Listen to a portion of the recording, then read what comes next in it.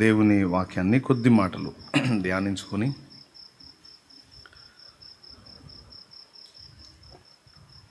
మనం ముందుకెళ్దాం.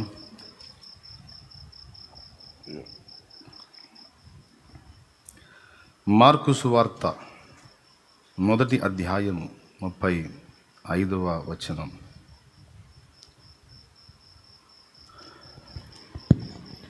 ఆయన పెందలకడనే లేచి ఇంకనూ చాలా చీకటి ఉండగానే బయలుదేరి అరణ్య ప్రదేశమునకు వెళ్ళి అక్కడ ప్రార్థన చేయుచుండెను. ఆయన పెందలకడనే లేచి ఇంకనూ చాలా చీకటి ఉండగానే బయలుదేరి అరణ్య ప్రదేశమునకు వెళ్ళి అక్కడ ప్రార్థన చేయుచుండెను. ఇప్పుడు మనం చిన్న ప్రార్థన చేద్దాం. ప్రేమ కలిగిన తండ్రి, పరిశుద్ధ దేవా, నీకు వందనాలు. రాత్రివేళ మిగులు ఆశతో నీ పాదాల చెంతకు వచ్చిన నీ బిడ్డల్ని దర్శించండి. వారితో, నాతో, మా అందరితో మాట్లాడండి. ఉపదేశాన్ని అడ్డగింపు చూసే సాతాను, దురాత్మ, బలహీనపరచు దయ్యపు శక్తుల ప్రభావం యేసు నామములో బంధిస్తున్నా. దేవా, నీ సన్నిధి, కాపుదల, భద్రత మాకు అనుగ్రహించి మాతో మాట్లాడమని యేసు ప్రశస్త నామమున ప్రార్థించి విశ్వాసమును బట్టి పొందామని నమ్మి నిన్ను స్తుతిస్తున్నాం తండ్రి. Amen, amen. ప్రభునందు ప్రియమైన దేవుని బిడ్డలారా, మార్కు సువార్త 1వ అధ్యాయములో 35వ వచనంలో యేసు ప్రభువారి యొక్క దినచర్యలో ఒక ఘట్టాన్ని అక్కడ రాశాడు. ఆయన దేవునితో సమానముగా ఉండుట విడిచిపెట్టకూడని భాగ్యమని ఎంచుకొనలేదు, కానీ మనుషుల పోలికగా పుట్టి దాసుని స్వరూపం ధరించుకొని తను తానే రిక్తునిగా చేసుకొనెను అని ఫిలిప్పీలకు రాసిన పత్రిక 2వ అధ్యాయము 5-6 వచనాలు మనం చదివితే ఆ మాట ఉంటుంది. దేవునితో సమానముగా ఉన్నవాడు తాను కూడా దేవుడే అయి ఉన్నవాడు ఆ మహిమనంతటిని కూడా వదిలేసుకొని భూమి మీదకి వచ్చినప్పుడు కాసిన మహిమలో వేసుకొని రాలేదు, మొత్తం వదిలేసుకొని తన్ను తాను రిక్తునిగా చేసుకున్నాడు అన్నది వాక్యం. రిక్తుడు అంటే అన్నీ కోల్పోయినవాడు. రూతు అత్త నయోమి తన సొంత ప్రాంతానికి వచ్చినప్పుడు ఆ ప్రజలు నయోమిని గుర్తుపట్టి, నీవు నయోమివి గదు, నీ భర్త ఏడి, నీ పిల్లలేరి అని అడిగితే నయోమి బాధపడి వేదనతో అంటుంది, నన్ను నయోమి అనదు, నన్ను మారా అనండి. నేను చేదైన అనుభవంలో ఉన్నాను. ఇప్పుడు వెళ్ళేటప్పుడు అందరినీ కలిగి వెళ్ళాను మోయాబు ప్రాంతానికి. ఇప్పుడు తిరిగి వచ్చినప్పుడు ఒంటరి కత్తిగా వచ్చాను, నాతో ఈ కోడలు. యెహోవా నన్ను రిక్తురాలినిగా చేసెను అనే మాట వాడుతుంది ఆమె. అన్నీ కోల్పోయిన దానిగా అయిపోయాను నేను. ఇప్పుడు మధురమైన అనుభవాల్లో లేను, నేను చేదైన అనుభవాల్లో ఉన్నాను అని నయోమి మాట్లాడుతుంది. రిక్తుడు, రిక్తురాలు, కోల్పోయినవాడు అన్నీ వదిలేసి వచ్చాడు. భూమి మీదకి వచ్చినప్పుడు మన వంటి సామాన్యునిగానే ఆయన వచ్చాడు. అయితే మహిమలు వదిలిపెట్టాడు, కానీ వ్యక్తిత్వం అదేగా, స్వభావం అదే. పుట్టడం అయితే మనుషుడిగా పుట్టాడు, కానీ వ్యక్తిత్వం అయితే మార్పు లేదండి. దేవుడే, దేవస్వభావమే. కానీ సాధన మాత్రం నీలాగా నాలాగానే చేశాడు ఆయన. మనకి మాదిరి ఇచ్చాడు. ఎలా అంటే మనుషులను స్వస్థపరచుటకు ప్రభావము ఆయనలో ఉండెను అన్నాడు వాక్యంలో. ఒకసారి మీరు చూడగలిగితే లూకాసు వార్త 6వ అధ్యాయము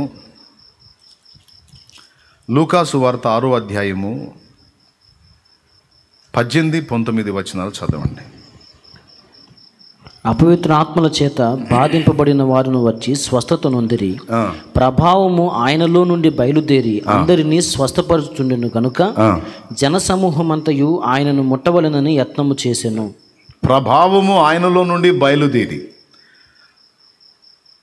అందరినీ స్వస్థపరచుచుండెను గనుక జన సమూహం అంతయు ఆయనను ముట్టవలెనని యత్నము చేశాను.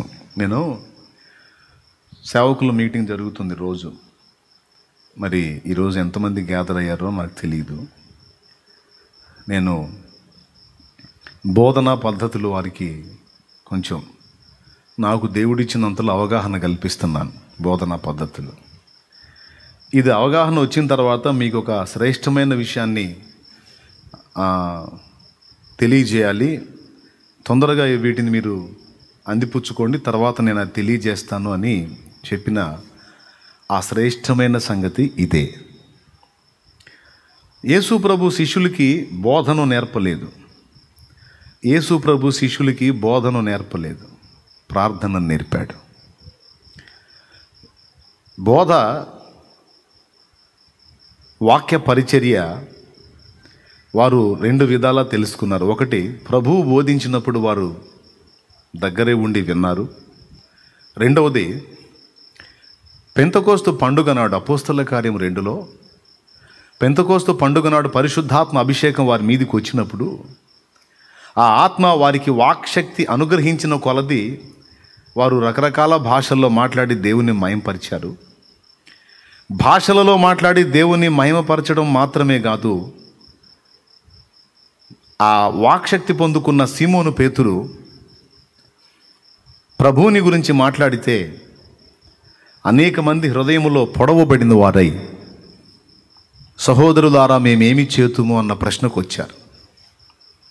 అప్పుడు మీరు ప్రభు అయిన యేసునందు విశ్వాసం ఉంచి మీలో ప్రతివాడు మారు మనసు పొంది పాపక్షమాపణ నిమిత్తం బాప్తీసమం పొందండి అని పేతురు ఇచ్చిన పిలుపుకి ఇంచుమించు 3,000 మంది ముందుకొచ్చి ఒక్క దినమందే బాప్తీసమం పొంది సంఘములో చేర్చబడ్డారు. శిష్యులు ప్రభు బోధించినప్పుడు చూశారు.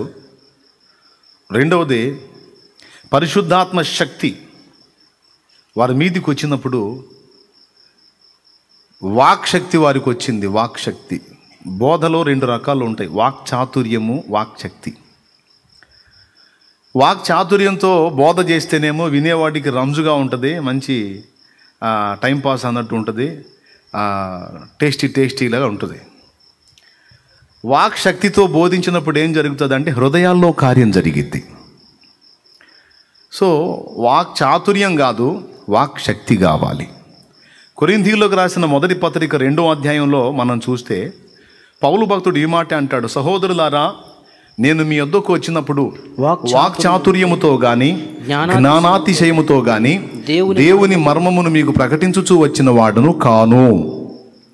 ఇక్కడ నేను వాక్చాతుర్యాన్ని జ్ఞానాతిశయమును రెండిటిని నేను లక్ష్య పెట్టలేదు, వాటిని నేను కలిగి లేను.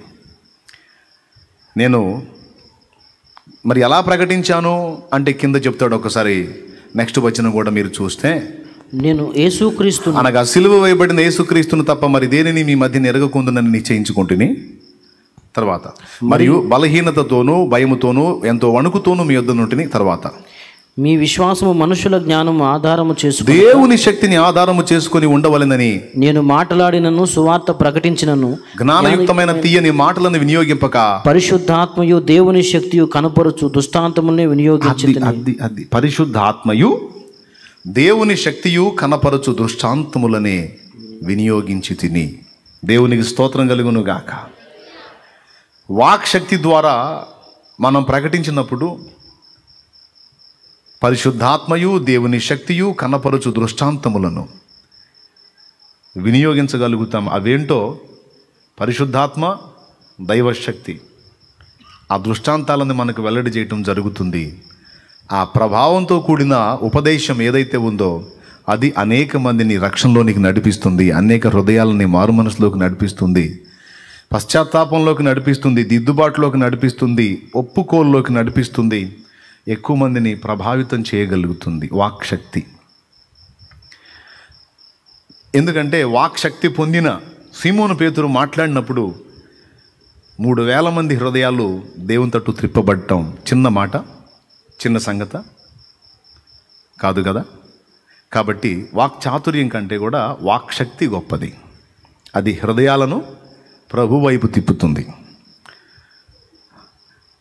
శిష్యులు బోధను యేసు బోధించుట చూచారు. రెండవది, ఎదుటివారికి ఉపదేశం చేసి వారిని దేవుని తట్టు త్రిప్పడానికి, ఎదుటివారికి సరైన రీతిలో సాక్ష్యం ఇవ్వడానికి కావలసిన సామర్థ్యము దేవుని ఆత్మ అనుగ్రహించున్నట్లు 10 దినాలు వారు కనిపెట్టి ప్రార్థన చేశారు. ప్రైజ్ ద లార్డ్, హల్లెలూయా. ఎన్ని దినాలు? 10 దినాలు. యేసు ప్రభు శిలువలో ప్రాణం పెట్టి 3వ నాడు తిరిగి లేచి సుమారుగా వాళ్ళకి 40 దినములు కనపడ్డాడు. దాదాపు 500 మంది కంటే ఎక్కువ మందికి ఆయన కనపడ్డాడు. 40 రోజులు అయిపోయింది. ఇక 40వ రోజున ఆయన ఒలీవల కొండ మీద ఆరోహణమయ్యాడు. ఆరోహణం అవ్వబోయే ముందు చెప్పాడు, అపోస్తల కార్యం 1వ అధ్యాయంలో మనం చూడగలిగితే, మీరు యెరూషలేము నుండి వెళ్ళక, 1వ అధ్యాయము 4-5 వచనాల నుంచి చూడమ్మా. ఆయన వారిని కలుసుకొని ఇలాగూ ఆజ్ఞాపించెను, మీరు యెరూషలేము నుండి వెళ్ళక నా వలన వినిన తండ్రి యొక్క వాగ్దానము కొరకు కనిపెట్టుడి. అది అది అది అది అది ఎందుకంటే మీరు నాకు సాక్షులై ఉండాలి. సాక్షులై ఉండాలంటే మరి మీరు నాకు సాక్ష్యం ఇవ్వాలి అంటే మీ సొంత శక్తి చాలదు, మీ సొంత జ్ఞానం, మీ వాక్చాతుర్యాలు పనికిరావు. మీకు దేవుని ఆత్మశక్తి కావాలి, పరిశుద్ధాత్మ శక్తి కావాలి.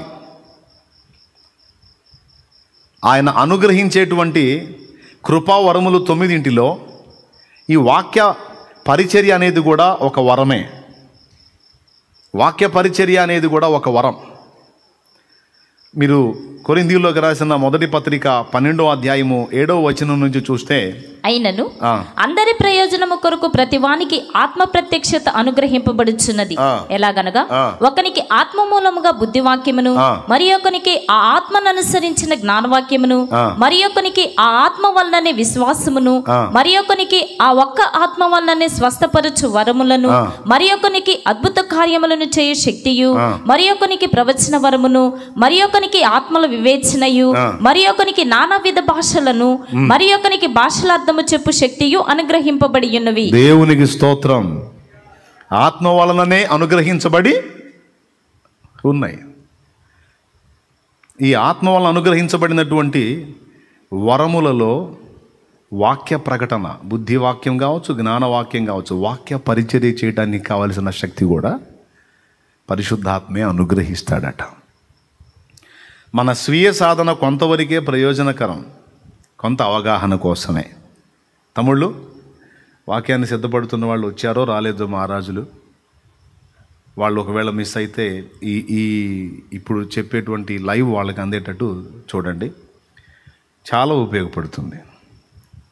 ప్రైజ్ ద లార్డ్, హల్లెలూయా. కొంతవరకే అవగాహన, ఇది మన సాధన. ఇక్కడ శిష్యుల విషయంలో యేసు ప్రభు తీసుకున్నటువంటి స్టెప్ గమనిస్తే, మీరు ఎలా బోధించాలి ఎలా బోధించాలి ఎలా బోధించాలి అని వాళ్ళకి పాఠాలు నేర్పలా. వాళ్ళకి ప్రార్థించటం నేర్పాడు. మత్తయి సువార్త 6 మీరు చూస్తే మీకు అందరికీ సుపరిచితమే కదా. ప్రభువా, యోహాను తన శిష్యులకు ప్రార్థించటం నేర్పినట్లు నీవు కూడా మాకు ప్రార్థనను నేర్పవా అని అడిగారు. అప్పుడు వాళ్ళకి ప్రార్థన నేర్పాడు. ప్రార్థనలో ఏవి ముఖ్యాంశాలు ఉండాలో, చేసే ప్రార్థన ఎంత స్పష్టంగా ఉండాలో, ప్రార్థన చేసేటప్పుడు దేవుణ్ణి ఎలా అర్థం చేసుకోవాలో సింపుల్గా ఒక 7 పాయింట్స్లో అన్ని సంగతులు, కోరాల్సినవేవో కోరకూడనివేవో అన్నట్టుగా అన్నీ ఓపెన్ చేసి పడేశాడు. చాలా చిన్న మ్యాటర్. మీరు ప్రార్థన చేసేటప్పుడు ఏముంది? పరలోకమందున్న మా తండ్రి, నీ నామం పరిశుద్ధపరచబడునుగాక, నీ రాజ్యం మాకు వచ్చునుగాక, నీ చిత్తం భూమి అందును నెరవేరునుగా, మాకు కావాల్సిన అనుదిన ఆహారము మా పట్ల మేము క్షమించి ఉన్న ప్రకారం నీవు మా అపరాధములు మమ్మల్ని శోధనలోనికి తెగ దుష్టు నుండి కీడు నుండి ఎందుచేతనగా రాజ్యము, బలము, మహిమ, శక్తి సర్వం నిరంతరము. అయిపోయింది. ఇందులో 7 పాయింట్స్ ఉంటాయి. ఈ పరలోక ప్రార్థన అంటే పరలోకమందున్న అనే మాటతో మొదలైంది కనుక దీనికి పరలోక ప్రార్థన అని పేరు పెట్టారు. వాస్తవంగా శిష్యులకు ప్రభువు నేర్పిన ప్రార్థన. కొంతమంది అదేదో ఆ ఆత్మీయ పసితనంలో నేర్పాళ్లే, అదంత ఇంపార్టెంట్ కాదని పక్కకు పెట్టేస్తారు. నో, యేసు ప్రభు నోటి నుండి వచ్చిందంటే అది శ్రేష్టమే, అది ఎప్పటికీ జీవసహితమే, అన్ని కాలాలకు ఉపయోగపడుతుంది, అదంతే.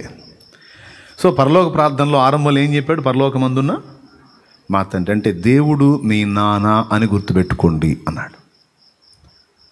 దేవుడు మీ నాన్న అంటే ఆయన దగ్గర నీకు చాలా స్వాతంత్ర్యం ఉంది, చాలా స్వేచ్ఛ ఉంది, ఆయన దగ్గర నీకు చాలా చనువు ఉంది. కాబట్టి ఏ కొడుకైనా తండ్రితో మాట్లాడడానికి ఇబ్బంది పడతాడా, ఇష్టపడతాడా?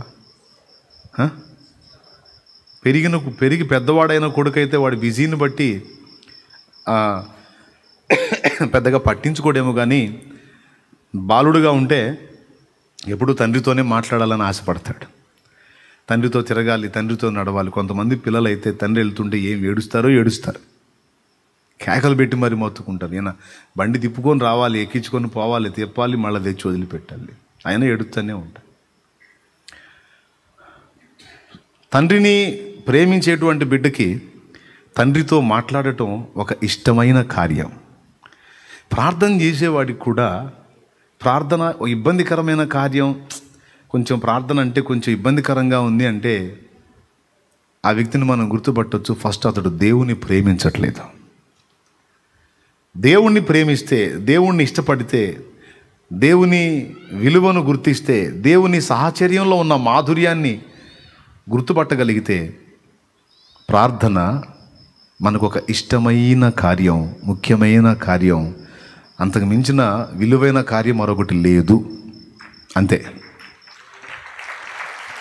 అట్లా కాకుండా మనకు అది కొంచెం ఇబ్బందికరంగా మారిందంటే మనం కొంచెం తండ్రిని సరిగా లవ్ చేయట్లేదని అర్థం. ఎవరిని? ఎస్, అది ఏదో ఆచారబద్ధంగా అంటే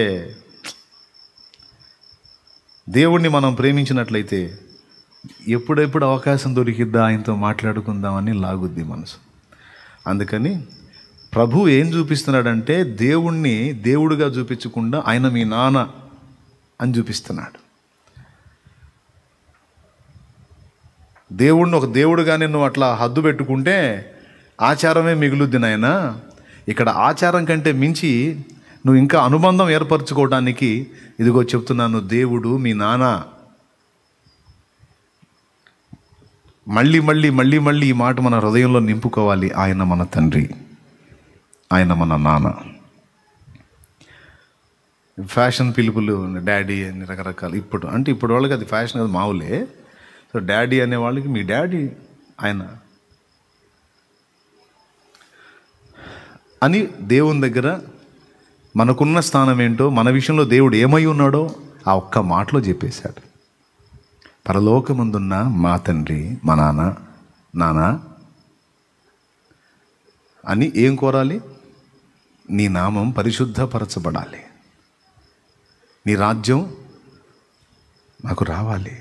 అంటే నీ నామానికి దూషణ తెచ్చే విధంగా నేను ఉండకూడదు, నీ ప్రజలు ఉండకూడదు. నీవు మమ్మల్ని ఏలాలి, నీ పరిపాలన మాకు రావాలి. నీ చిత్తం పరలోకంలో నెరవేరింది కనుకనే అక్కడ ఏడుపు, దుఃఖము, వేదన, దరిద్రత ఇవన్నీ లేవు.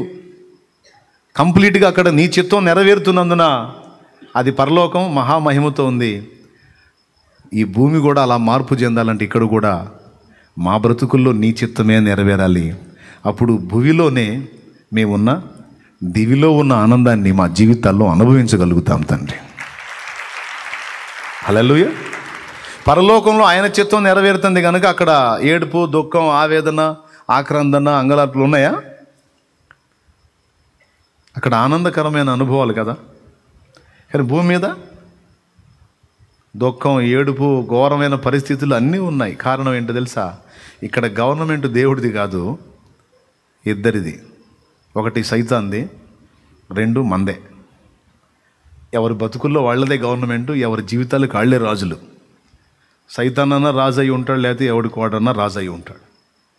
ఎవరి కోళ్ళనే రాజులే వాళ్ళు ఏలుకుంటూ ఉంటారు కనుకనే బతుకులు ఇట్ట తగలబడ్డాయి. అందుకే ఏం కోరమంటున్నాడంటే, నీ జీవితంలో సైతాన్ గవర్నమెంట్ వద్దు, నీ గవర్నమెంట్ వద్దు, నీ జీవితంలో దేవుని గవర్నమెంట్ను ఆశించు. ప్రభువు అనగా ప్రభుత్వము చేయువాడు. ప్రభువా అని పిలవటం కాదు, ఆయన ప్రభుత్వానికి లోబడు. అప్పుడు నిజంగా నువ్వు ఆయన్ని ప్రభు అని గౌరవించినట్టు. ప్రభువా ప్రభువా అని పిలుస్తావు, ఆయన ప్రభుత్వానికేం పొరపాటును కూడా లోబడవంటే ఇది హాస్యాస్పదం కదా. పేరేమో నాకు ప్రభు అని పెట్టావు, మరి నా ప్రభుత్వానికి నువ్వు లోబడి ఏడిసింది ఎక్కడ? లోబడు, నా ప్రభుత్వానికి లోబడు. ప్రభువా ప్రభువా అని పిలుచు ప్రతివాడు పరలోక రాజ్యంలో ప్రవేశించడు, కానీ పరలోకమందున నా తండ్రి చిత్త ప్రకారము చేసేవాడే దానిలో ప్రవేశిస్తాడన్న. కాబట్టి మా పెత్తనం వద్దు, సైతాను పెత్తనం కూడా వద్దు, మరో మనిషి పెత్తనం వద్దు. పూర్తిగా నీ దయతో, నీ కృపతో నా జీవితాన్ని నువ్వే ఏలయ్యా. అక్కడ నీ చిత్తం నెరవేరినట్లు ఇక్కడ నా బ్రతుకులో కూడా, మా జీవితాల్లో కూడా నీ చిత్తమే నెరవేర్చు అని అలా కోరండి. ఆయన ఏలుబడికి లోబడండి, ఆయన మిమ్మల్ని నడిపించనీయండి, ఆయన మిమ్మల్ని ఏలనీయండి. మీకెంత ఆశీర్వాదకరమైన జీవితం ఉంటుందో తెలుసా? పరలోకంలో ఉన్న ఆనందాన్ని ఈ భూలోకంలో ఉన్న కాలంలో కూడా నువ్వు నీ జీవితంలో అనుభవించగలుగుతావు అంటున్నాడు. ఎప్పుడు? ఆయన ప్రభుత్వానికి లోబడినప్పుడు. సామెతల్లో కూడా ఈ మాట అంటాడు, నీ స్వబుద్ధిని ఆధారం చేసుకునక నీ మార్గములన్నిటా ఆయన ఆలోచనలకు లోబడిన ఆయన. కాబట్టి పరలోక ప్రార్థన అనే దీనిలోనే ఈ పాయింట్ కూడా మెన్షన్ చేశాడు. 4వది అనుదిన ఆహారం. శరీరానికి కావాల్సిన ఆహారం ఉంది, ఆత్మకు కావాల్సిన ఆహారం కూడా ఉంది. శరీరం బ్రతకాలంటే ఫుడ్ తినాలి, ఆత్మ బలహీన పడకుండా ఆరోగ్యంగా యాక్టివ్గా ఉండాలంటే ఆత్మ కూడా ఆహారం ఉంది, వాక్యం. నీ వాక్యమే నా పరవశము, నీ వాక్యమే నా ఆత్మకు ఆహారము, నీ వాక్యమే నా పరవశము, నీ వాక్యమే నా ఆత్మకు ఆహారము, నీ వాక్యమే నా పాదములకు దీపము, నీ వాక్యమే నా పాదములకు దీపము, నీ వాక్యమే నా పాదములకు దీపము. నా స్తుతి పాత్రుడా నా యేసయ్యా, నా ఆరాధనకు నీవే యోగ్యుడవయ్యా, నా ఆరాధనకు నీవే యోగ్యుడవయ్యా, నా స్తుతి పాత్రుడా నా యేసయ్యా. దేవునికి మహిమ, హల్లెలూయా. మాకు కావాల్సిన అనుదిన ఆహారం ఒక సంవత్సరానికి అయ్యా అని అడగమల్లా, 6 నెలలకి తండ్రి అనమల్లా, ప్రభావ నెలకి అయ్యా అనమల్లా. అనుదిన ఆహారం, ఏ రోజు ఆహారం ఆ రోజు. అంటే ప్రతిరోజు నీ ఆత్మీయ అక్కర్లకి, భౌతిక అక్కర్లకి, అంటే శరీర సంబంధమైన నాకు 2 అక్కర్లకు కూడా ప్రతిదినం నువ్వు తండ్రిని సమీపించాల్సిందే. ఇట్లాగా పద్ధతి ప్రకారం మొత్తం 7 పాయింట్స్ మాట్లాడాడు, 7 అన్నీ చెప్పేశాడు. అది యేసయ్య అంటే. మరి అన్నీ చెప్తాడు, చాలా తక్కువ మాటల్లో ఎక్కువ మ్యాటర్ అందిస్తాడు. అయితే తవ్వుకునేవాడు తవ్వుకుంటే జీవజలంలా వస్తూ ఉంటుంది అన్నమాట. హల్లెలూయా, హల్లెలూయా. అది ఆయన గొప్పతనం. నేర్పు అంటే ప్రార్థన నేర్పాడు, కానీ ప్రసంగం నేర్పలా. ప్రసంగం ఒకటి బోధ చూసి వాళ్ళు ప్రభువుని గమనించారు. 2వది పరిశుద్ధాత్మ శక్తి ప్రార్థన ద్వారా పొందుకొని, ఆ అభిషేకము, ఆ భారము, ఆ వాక్శక్తి పొందుకొని వాళ్ళు మాట్లాడారు. ఫలితంగా ఎన్నో జీవితాలు ప్రభావితమయ్యాయి. ప్రసంగం జాగ్రత్తగా చేసిన అందులో దేవుడు ప్రభావాన్ని జోడించకపోతే వ్యక్తుల్లో మార్పు కష్టం.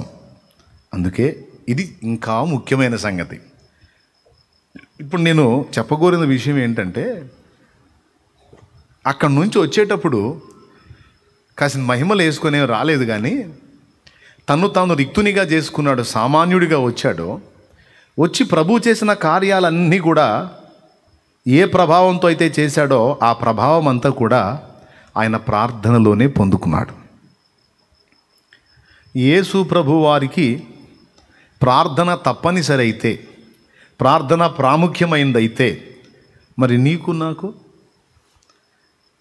దేవుడై ఉన్నవాడు మనుషుడిగా వస్తే ఆయనకే ప్రార్థన తప్పనిసరి అయితే, మరి నీకు నాకు అది ఎంత ప్రాముఖ్యమైన విషయమో కదా. కానీ ఏది మనకు ప్రాముఖ్యమై ఉందో, ఏది మనకు ముఖ్యమై ఉందో, శ్రేష్టమై ఉందో, అవసరమై ఉందో దాని విషయంలో మనం అంతగా పట్టించుకోకుండా నిర్లక్ష్య ధోరణిలో ఉండేటట్టు శత్రువు మనల్ని మోసగిస్తాడు. సో ఆ ఛాన్స్ ఇవ్వకుండా మనం ప్రభువుని అనుసరించి, ఆయన ఎలాగైతే ప్రభావంతో నింపబడి దేవుని కార్యాలు జరిగించి దయ్యాలను వెళ్ళగొట్టి ఎంతోమందిని మరి దైవ రాజ్యమునకు సిద్ధపరిచాడో, మనము కూడా అలా చేయడానికి అవకాశం ఉంది. దీనికి పేతురు, పౌలు, ఫిలిప్పు, స్టెఫను మొదలైన వాళ్ళు సాక్ష్యం. పౌలు విశేషమైన సూచక్రియలు పౌలు ద్వారా దేవుడు జరిగించాడని రాస్తుంది. పేతురు విచిత్రం చెప్పన, పౌలు, పేతురు, ఫిలిప్పు, తర్వాత స్టెఫను వీళ్ళే కాదు, తోమా నీవు నమ్ముచున్నావా? నమ్ముచు, నా ప్రభువా నా దేవా అంటాడు. నీవు చూచి నమ్ముచున్నావు, చూడక నమ్మిన వారు ధన్యులు, అవిశ్వాసివిగాక విశ్వాసివై ఉండు అని ప్రభు చేత హెచ్చరింపబడ్డ దిదుమా అనబడిన తోమా ఎన్ని కార్యాలు చేశాడో మొన్న కేరళ వెళ్ళినప్పుడు నాకు క్లియర్గా తెలిసిందే. విషయం ఏంటంటే, తోమా చరిత్ర మనకు పూర్తిగా తెలియదు, బైబిల్లో కొంచెమే ఉంది. కానీ కేరళ ప్రాంతానికి ఆయన వచ్చి, కేరళ రాష్ట్రానికి వచ్చి అక్కడ ఆయన సేవ చేశాడు. అందుకు సాక్ష్యాలు కూడా అక్కడ ఉన్నాయి. ఆయన పరిచర్య చేసిన స్థలాలు మొన్న వెళ్ళినప్పుడు నేను పనిగట్టుకొని ఆ ప్రాంతాలకు వెళ్ళి అవి దర్శించి వచ్చాను. ఎందుకంటే దైవజనుని యొక్క క్రియలు ఎలాగున్నాయో అని. కేరళలో మొత్తం 7 ప్రాంతాల్లో ఆయన సంఘాలు కట్టాడు. మలయాళీ భాషకు చెందినటువంటి ప్రజలున్న కేరళ 7 ప్రాంతాల్లో ఆయన మందిరాలు, సంఘాలు కట్టాడు. అంటే 7 ప్రాంతాల్లో ప్రజల్ని ప్రభావితం చేశాడు. ఆ తరువాత తమిళుల మధ్యలోకి వచ్చాడు. తమిళుల మధ్యలోకి వచ్చి అక్కడ హతసాక్షి అయ్యాడు, అది చెన్నైలో. కానీ ఆయన అడుగుపెట్టినటువంటి ప్రదేశం కేరళలో ఓ ప్రాంతం. దేవుని దయ వల్ల అక్కడ కూడా వెళ్ళాను. ప్రభు చిత్తమైతే ఆ వీడియోస్ అన్నీ నేను మీకు తర్వాత చూపిస్తాను. తోమా సైతం ప్రార్థనకు ప్రత్యేకమైన విలువనిచ్చాడు. ఆయన ప్రభువుని చూశాడు. ఆయన ప్రార్థించేదానికి ఒక కొండ ఉంది, అది నట్ట అడవిలో ఉంది, అది మధ్య అడవిలో ఉంది. అంత రబ్బరు చెట్లు ఉన్నాయి, రబ్బరు ఉత్పత్తి అయింది కదా, రబ్బరు పాలు ఉత్పత్తి అవుతాయి చెట్లు. ఇప్పుడు అవన్నీ ఆ తోటలు ఉన్నాయి, రబ్బరు తోటలు. అదంతా అడవి. అడవి మధ్యలో ఒక కొండ. ఆ కొండ మీద ఆయన ప్రార్థనలో గడిపేవాడు. ఇప్పటికీ అది భీతావాహంగానే ఉందంటే 1950 సంవత్సరాల క్రితం ఎలా ఉంటుందో ఊహించండి. తిన్నాడో తినలేదో, ఎవరన్నా పట్టించుకున్నారో పట్టించుకోలేదో ఏమీ లేదు. తెలిసిన వాళ్ళు ఎవరున్నారు? ఎవరిని ఆధారం చేసుకొని వచ్చాడు? ఒక్కటే, పిలిచినవాడు నమ్మదగినవాడు, ఆయనను పరిచయం చేయడానికి వెళ్తున్నాను, ఆయనే చూసుకుంటాడని. ఎక్కడ తిన్నాడో, ఎక్కడ పండుకున్నాడో, ఎక్కడ ఏమైపోయాడో తెలియదు. కానీ ప్రార్థించడానికి ఆయన ఏ కొండ మీద అయితే ప్రార్థన చేశాడో అక్కడి నుంచి 4 కిలోమీటర్ల దూరంలో ఆయన జ్ఞాపికగా ఒక చర్చి కట్టారు. అక్కడికి వెళ్ళాను నేను.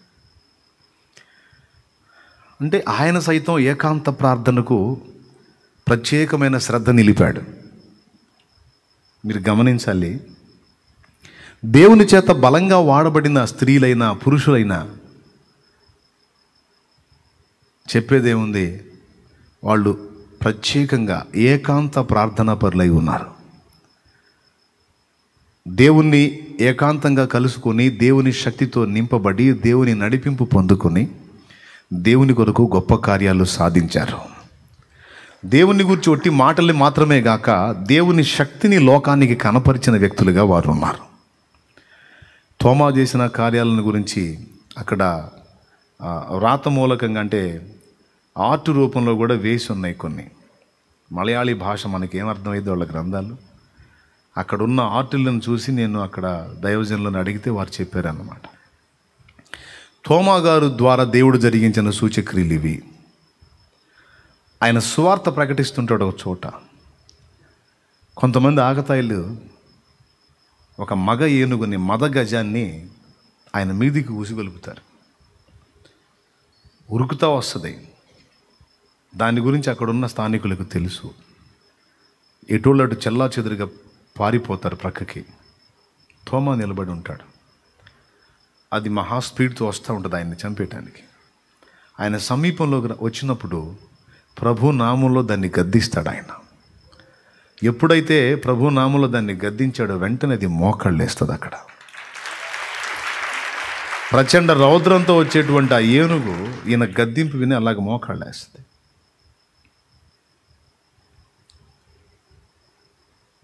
దగ్గరకు రాదిక. అక్కడ మోకాళ్ళు వేసి సాష్టాంగపడి అక్కడి నుంచి చిన్నగా లేచితే వెళ్ళిపోయింది. ఎవరు దాన్ని ఉసిగొలిపారో వాళ్ళంట పడింది పోయి.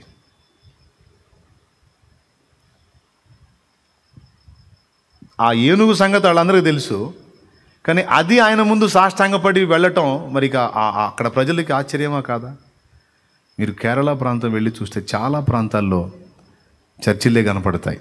అఫ్కోర్స్ అవి ఏ డినామినేషన్ అనేది పక్కన పెడితే అక్కడ మొదట అడుగుపెట్టి యేసుక్రీస్తును పరిచయం చేసిన దిదుమానబడిన తోమా ప్రభావం ఖచ్చితంగా అక్కడ పనిచేసిందంతే. తోమా ద్వారా దేవుడు పంపించినటువంటి ప్రభావం. ఇలాంటివి చాలా ఉన్నాయి. 2, వాక్యము ప్రకటించుట ఎంత ప్రాముఖ్యమో దేవుని శక్తి కూడా బయలుపడుట అంతే ప్రాముఖ్యం. దేవుని రాజ్యం మాటలతో కాదు శక్తితో ఉంది అని కదా చెప్పుకున్నాం. వారు బయలు వెళ్ళి వాక్యము అంతటా ప్రకటించుచుండిరి. ప్రభు వారికి సహకారుడై ఉండి వెనువెంట జరుగుతూ వచ్చిన సూచక్రియల చేత వాక్యమును స్థిరపరచుచుండెను. మార్కు సువార్త 16వ అధ్యాయం చివరి వచనం. కాబట్టి ఇప్పుడు ప్రాముఖ్యంగా గుర్తుపెట్టుకోవాల్సింది ఏంటంటే,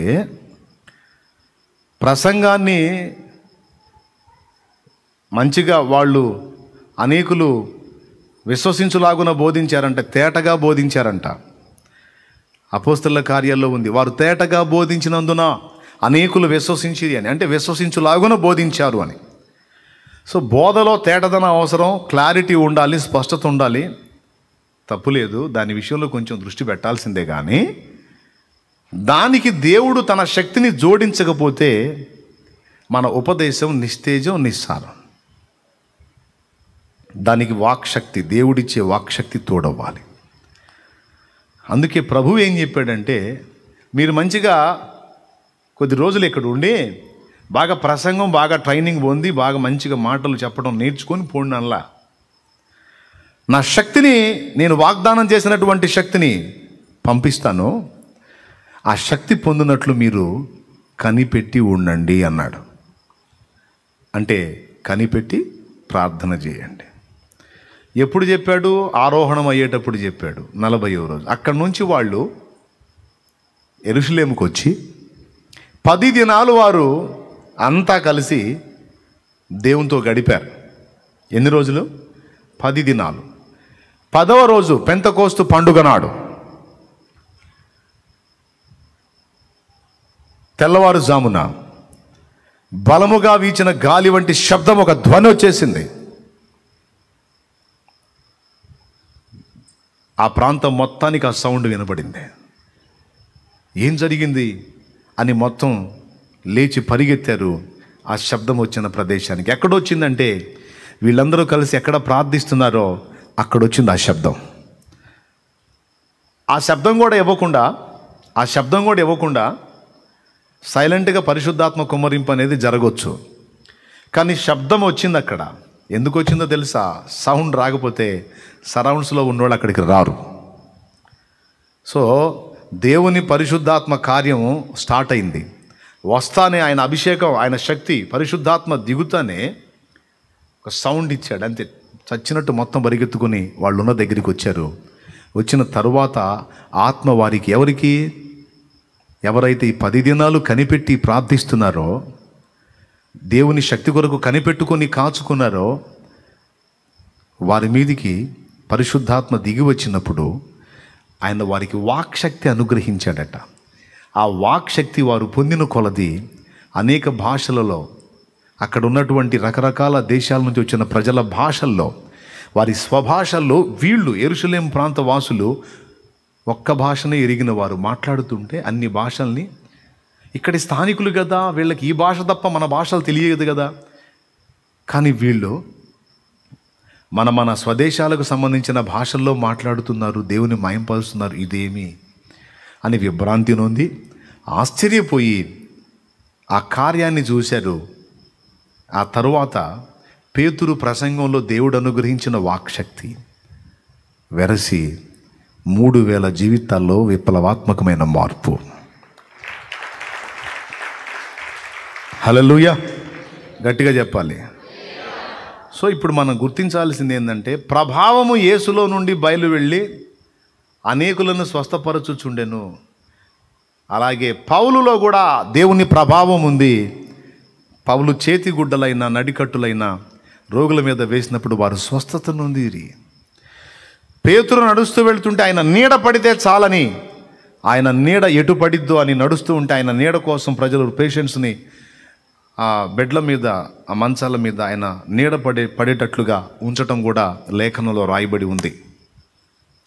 తోమా ద్వారా కార్యాలు చేశాడు, ఫిలిప్పు ద్వారా దేవుడు కార్యాలు చేశాడు, స్టెఫన్ నుంచి కూడా దేవుడు సూచక్రియలు మహత్కార్యాలు చేసినట్టు అపోస్తల కార్యాల్లో రాస్తుంది.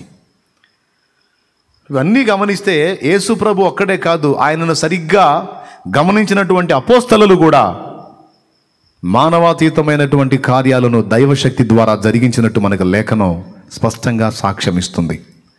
పౌలు భక్తుడైతే అననే అన్నాడు, దేవుని రాజ్యం మాటలతో కాదు, శక్తి కావాలని. ఇప్పుడు ప్రసంగాన్ని నేర్చుకోవడానికి, ఉపదేశాన్ని నేర్చుకోవడానికి ఎంత మనం సమయాన్ని కేటాయిస్తామో, దానికోసం ఎంత ప్రయాసపడతామో, దానికంటే ఇంకా రెట్టింపుగా దేవునితో గడిపి ప్రార్థనలో కనిపెట్టి ప్రార్థన ద్వారా దేవుని శక్తిని పొందుకొని దేవుని ప్రభావంతో నింపబడి ఆ వాక్శక్తితో, ఆ ప్రభావంతో మనం దేవుని పనికి పూనుకున్నప్పుడు గొప్ప ఉద్యమాన్ని చూడగలుగుతాం. అది మన జీవితాల్లో, మన కుటుంబాల్లో మాత్రమే కాదు, మన చుట్టూ ఉన్న వ్యక్తులు, సమాజంలో వ్యక్తులు, కుటుంబాలు, పరిసరాలు, ఆ ప్రదేశాలు అన్నిట కూడా ఆ ఉద్యమాన్ని మనం చూడగలుగుతాం. ప్రభువు ప్రభావం ఆయనలో నుండి బయలు వెళ్ళి అందరినీ స్వస్థపరచుచుండెను అని రాస్తుంది కదా. దానికి ముందు చదువుతారా ప్రారంభం ఒక్కసారి? 6వ అధ్యాయము 12వ వచనం చూడండి. ఆ దినముల యందు ఆయన ప్రార్థన చేయుటకు కొండకు వెళ్ళి దేవుని ప్రార్థించుట యందు రాత్రి గడిపెను. దేవునికి స్తోత్రం. అర్థమైందా? దేవుని ప్రార్థించుట యందు రాత్రి గడిపేశాడు అంటే నైట్ అంతా ప్రార్థనలో కనిపెట్టాడు. వాస్తవం మాట్లాడాలి, ఇప్పుడు మనం ఏదన్నా ఉంటే ఫాస్టింగ్ ఉండి ప్రేయర్ చేస్తామేమో పగటి వేళ, కానీ రాత్రులు నిద్ర మేలుకొని ప్రార్థన చేసి దేవుని శక్తి పొందుకోవటం అనేది ఎంతమంది పట్టుపడతారు? ఈరోజు అందరికీ సెల్ ఫోన్ బాగా మంచి ఎంటర్టైన్మెంట్ ఇస్తుంది. అందరూ చాలా వరకు దాంతో బిజీ అయిపోయారు. చాలామంది సేవకులతో సహా అందరినీ దారి మళ్లించింది ఫోన్. విశ్వాసులు, పరిచారకులు, సేవకులు అన్న భేదం లేదు. అందరినీ ఈరోజు అద్భుతంగా భక్తి జీవితంలో దిగజార్చి కూర్చోబెట్టింది. టైంని భయంకరంగా తినేస్తుంది. ఇప్పటి కాల పరిస్థితి అది. కానీ అప్పుడు ఈ దరిద్రం లేదు.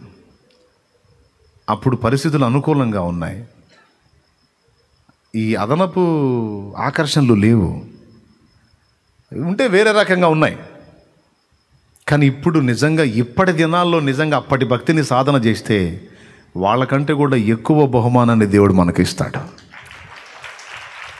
అవసరం లేదులే, అంత ఇబ్బందిగా ఏం కొట్టాల్సిన అవసరం లేదు.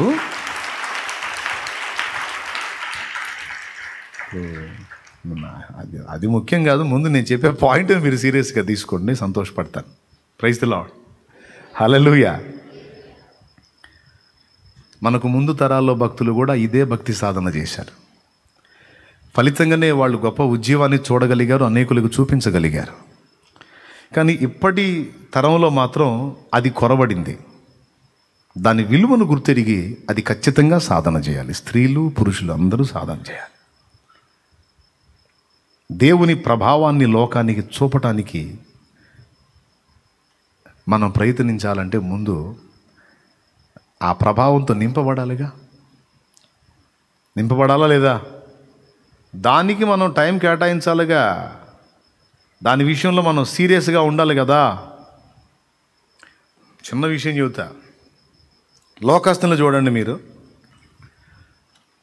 జాకీర్ హుస్సేన్ అని ఆయన ఎందులో ఫేమస్? ఆయన పెద్దగా జాకీర్ హుస్సేన్ అని ఆయన ఎందులో ఫేమస్? తబలా. ఒకసారి ఆలోచించండి. అతను బహుశా తన జీవిత కాలంలో కుటుంబం కంటే, స్నేహితుల కంటే, సమాజం కంటే ఎక్కువ తబలాతో గడుపుంటాడు ఆయన. లేకపోతే అంత సాధన రాదు, అంత పనోడు గాడు. అంటే ఇప్పుడు ఆయన ఏకాంతంగా ఎవరితో గడిపాడు? పెద్దగా. రైట్. మైకేల్ జాక్సన్ అనేవాడిని గురించి మీరు వినుంటారు కదా. ఏందో గాయకుడు మరియు డాన్సర్. మంచిగా పాడతాడు, డ్యాన్స్ వేస్తాడు అని ప్రజలు అనుకున్నారు. ఈ రెండు సాధించడానికి పాపం అతడు తిరిగిందని మెలికలు ఎవడు తిరగడని అతని గురించి కొంతమంది రొమ్ము కొట్టుకొని ఏడుస్తారు. ఒకసారి చూశాను అసలు ఏంది ఈయన గోలేందని. అసలు అతను వచ్చి ఒక స్టిల్ పెట్టి ఒక ఫోజు పెడితే చూసే జనానికి ఏం చేయాలో కూడా అర్థం కాక గుండెలు బాదుకొని పెద్దగా ఏడుస్తున్నారు. వీళ్ళకేమొచ్చిందిరా ఇటు తయారయ్యారని నేను అంటే ఏం చేయాలో అర్థం కావట్లే వాళ్ళకి, ఏడుస్తున్నారు. అంతమంది ప్రజల మెప్పు అతను పొందాడు. డ్యాన్స్లో అతను నెంబర్ 1లో ఉన్నాడు అప్పటి కాలంలో. అలా అవటానికి ఒక్కసారి ఊహించండి, అతను ఎక్కువగా దేంతో గడుపుంటాడు? డ్యాన్స్ ప్రాక్టీస్లో గడిపాడు. లోకస్తులు, అన్యుల సంగతి చెబుతున్నాను. ఒక అన్యుడే ఏదైనా ఒకటి సాధించాలంటే రోజులు, నెలలు, సంవత్సరాలు దానికి సమయం కేటాయిస్తే ఇక మిగిలిన వాడికి ఎవడికి కూడా సాధ్యం కాని పనులు వాడికి సాధ్యమైనవి. ఇప్పుడు వాడు ఇన్ని రకాల మెలికలు తిరిగాడంటే ఇంక అందరికీ చేత కాకనే వాడు మొనగాడైంది తిరిగేవాడు. అతను తిరిగినట్టు అందరూ తిరిగితే ఇంకా అది గొప్పతనం ఏముంది? అవునా? ఇప్పుడు పాటలు పాడేవాడు పాడుతున్నాడు, ఒక గాయకుడు పాడినట్టు అందరూ పాడగలిగితే ఒకటి గొప్పతనం ఏముంది? ఉందా? కానీ ఒకడు చక్కగా పాడగలుగుతున్నాడు, అన్ని రకాలుగా పాడగలుగుతున్నాడు అంటే మీరు ఊహించండి, వాని జీవితంలో ఎక్కువ శాతం అన్నిటికంటే ఎక్కువగా వాడు పాటతో గడిపాడు. పాటలు వినటం, పాడటం, ఆ గమకాలను సాధన చేయటం, ఆ స్వరాలను సాధన చేయటం, దాని మీద ఎక్కువ మనసు పెట్టాడు. ఆ రాగాలను తెలుసుకోవటం, దాని మీద మనసు పెట్టాడు. వాని లైఫ్లో ఎక్కువ టైం దానికే ఖర్చు అయిపోయింది. నాకు చిన్నప్పటి నుంచి పాటల పిచ్చి. పాలు పోసి రారా అని పంపిస్తే పొద్దున్న మా గేదెలు ఉన్నాయి, పాలు ఇవ్వాలి. ఈ చేతికి 3 టిఫినీలు, ఈ చేతికి 4 టిఫినీలు తగిలించుకొని పోతా తెల్లవారుజామున. కాఫీలకి పాల కోసం ఎదురు చూస్తుంటారు. ఇప్పుడు పాల ప్యాకెట్లు వచ్చినాయి, అప్పుడు కూడా ఉన్నాయి, కానీ ప్యాకెట్ పాలు బాగుండవని గేదె పాలు డైరెక్ట్గా తెప్పించుకునేవాళ్ళు. నేను పాలు అన్నమాట, చిన్నోడిని. 6 నేను వెళ్ళి ఆ తలుపు తట్టి పాలు ఇచ్చేయాలి, టిఫిన్లు ఇచ్చేయాలి. తెల్లవారుజామునే గుళ్ళ మీద భక్తి గీతాలు పెట్టేవాళ్ళు. అందులో మంచి సంగీతం ఉంటుంది. వాళ్ళ కర్మగాలి నాకు ఇష్టమైన పాటలు ఆ రోజు ఎవడన్నా పెట్టాడు అనుకో, ఇక వాడు 7 దాకా కాఫీ తాగడు. ఎందుకంటే నేను బాను చక్కగా కూర్చొని ఎలా సంగతి అన్నాడు, ఎలా పాడాడు, ఎట్లా ఏం సంగతి అని మళ్ళీ బాగా ఆ పాటలన్నిటిని బాగా విని మళ్ళీ పాడుకుంటా పోతా. కోపడతారు, ఎందుకురా తీసుకొచ్చావు, తీసుకెళ్ళు, కాఫీ కూడా తాగేసాంపా, ప్యాకెట్ తెచ్చుకొని కాఫీ కూడా తాగేసాం, ఇంకెందుకు. నేనేమన్నా మౌనంగా నిలబడతా, దీనంగా చూస్తా. ఇక వాళ్ళకే కనికరం కలిగి ఎక్కడ తయారయ్యేవరా టీ అంది, చిన్నోండి కదా పాప ఏమంటారు. మా అమ్మకి చెప్పేవాళ్ళు, మా అమ్మ పాల డబ్బులకి వెళ్ళినప్పుడు, ఏంటమ్మా భలే వాళ్ళు పొద్దున్నే పంపిస్తుంటే అబ్బాయిని, మా దగ్గరికి వస్తున్నాడు, వాడు 7 వస్తున్నాడు, వాడు వచ్చేటప్పుడు కాఫీ కూడా తాగుతాడు, వాడి ముఖం చూసి మళ్ళీ పాలు తీసుకుంటున్నాం మేము. పిచ్చి. ఎట్లా పిచ్చి అంటే, నవ్వు వచ్చిందనుకో పాటే పాడుకొని నవ్వుకుంటా, ఏడుపు వచ్చిందనుకో పాటే పాడతా, ఆవేదన కలిగితే పాటే, ఆనందం కలిగితే పాటే, ఐడియా కోసం పాటే, ఆలోచన కోసం పాటే, కోపం వచ్చినా పాటే. అదే జీవితం. అంటే కాస్త కూస్త ఆ విషయంలో అవగాహన ఉంది కాబట్టి చెబుతున్నాను నేను. దాని విషయంలో ఎక్కువ టైం కేటాయించకుండా, దాని మీద మనసు పెట్టకుండా దాన్ని సాధించలేం. దేవుడు భక్తి సాధన కూడా అంతే. దేవునికి స్తోత్రం కలుగు. ఇప్పుడు ఈ డ్యాన్స్ మీద ఒకడు పెట్టాడు, తబలా మీద ఒకడు పెట్టాడు, పాట మీద ఒకడు పెట్టాడు, ఇవన్నీ ఓకే. ఇప్పుడు డ్యాన్స్ ఏం మనకు అవసరం లేదు, పాట అవసరమే, దేవుని ఆరాధించవచ్చు. తర్వాత తబలా అని వాయిద్యాలు వాయించడం అవసరమే, దేవుణ్ణి మయంపరచవచ్చు. ఇందాక పాట పాడితే కొట్టేవాడు జాగ్రత్త కొట్టాడు, కీబోర్డ్ ప్లే చేసాడు, జాగ్రత్త ప్లే చేశాడు, పాట ఏదో ఒక దారి అయింది. వాళ్ళు తేడా కొడితే ఇక నేను ఇబ్బందే కదా. అంటే ఆ సాధన కొంతవరకు ఉపయోగపడింది, కానీ వీటన్నిటికంటే శ్రేష్టం దేవునితో సహవాసం. దేవుని సాధించుకోవాలి, దేవుని ప్రభావాన్ని సాధించాలి, అది దేవుని శక్తిని సాధించాలంటే మిగిలిన వ్యవహారాలన్నింటితో తలమునకలు అయిపోయి ఎప్పుడో కాసేపు హల్లెలూయా స్తోత్రం అంటే ఇద్దా. ఇప్పుడు అందరికంటే ప్రత్యేకంగా అతడు తబలిస్ట్ అనిపించుకోవడానికి అందరికంటే ఎక్కువ నష్టపోవాల్సి వచ్చింది.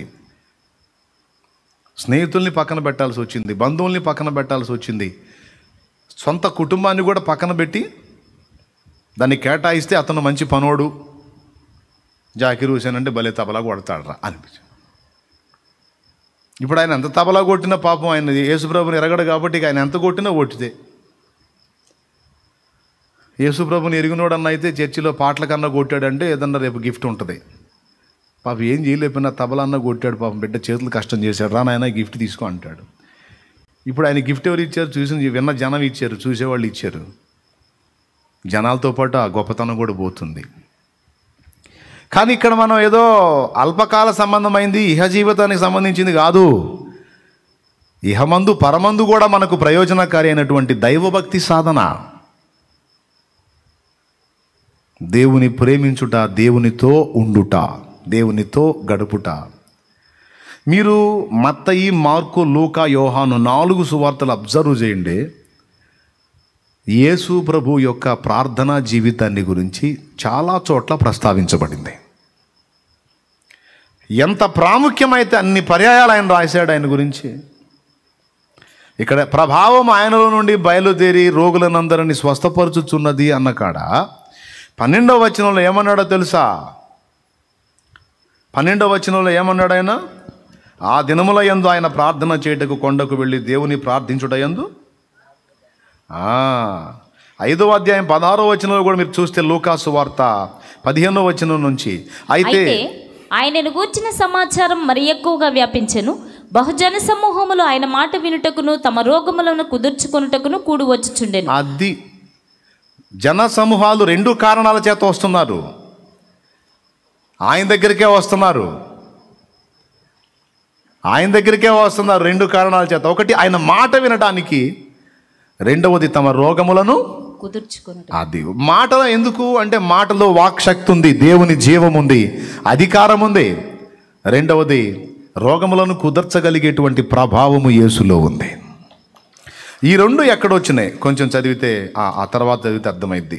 ఆయన ప్రార్థన చేయుటకు అరణ్యంలోనికి వెళ్ళుచుండెను. అది ఆ తర్వాత 17వ వచనం కూడా చూస్తే ఒకనాడు ఆయన బోధించుచుండగా గలిలయ యూదయ దేశముల ప్రతి గ్రామము నుండి యెరూషలేము నుండి వచ్చిన సమరయులను ధర్మశాస్త్రోపదేశకులను కూర్చుండి ఉండగా ఆయన స్వస్థపరచునట్లు ప్రభు శక్తి ఆయనకుండెను. పరిసయ్యులు ధర్మశాస్త్రోపదేశకులను కూర్చుండి ఉండగా ఆయన స్వస్థపరచినట్లు ప్రభు శక్తి ఆయనకుండెను. గమనించాలి, స్వస్థపరచినట్లు ప్రభు శక్తి, దేవుని శక్తి.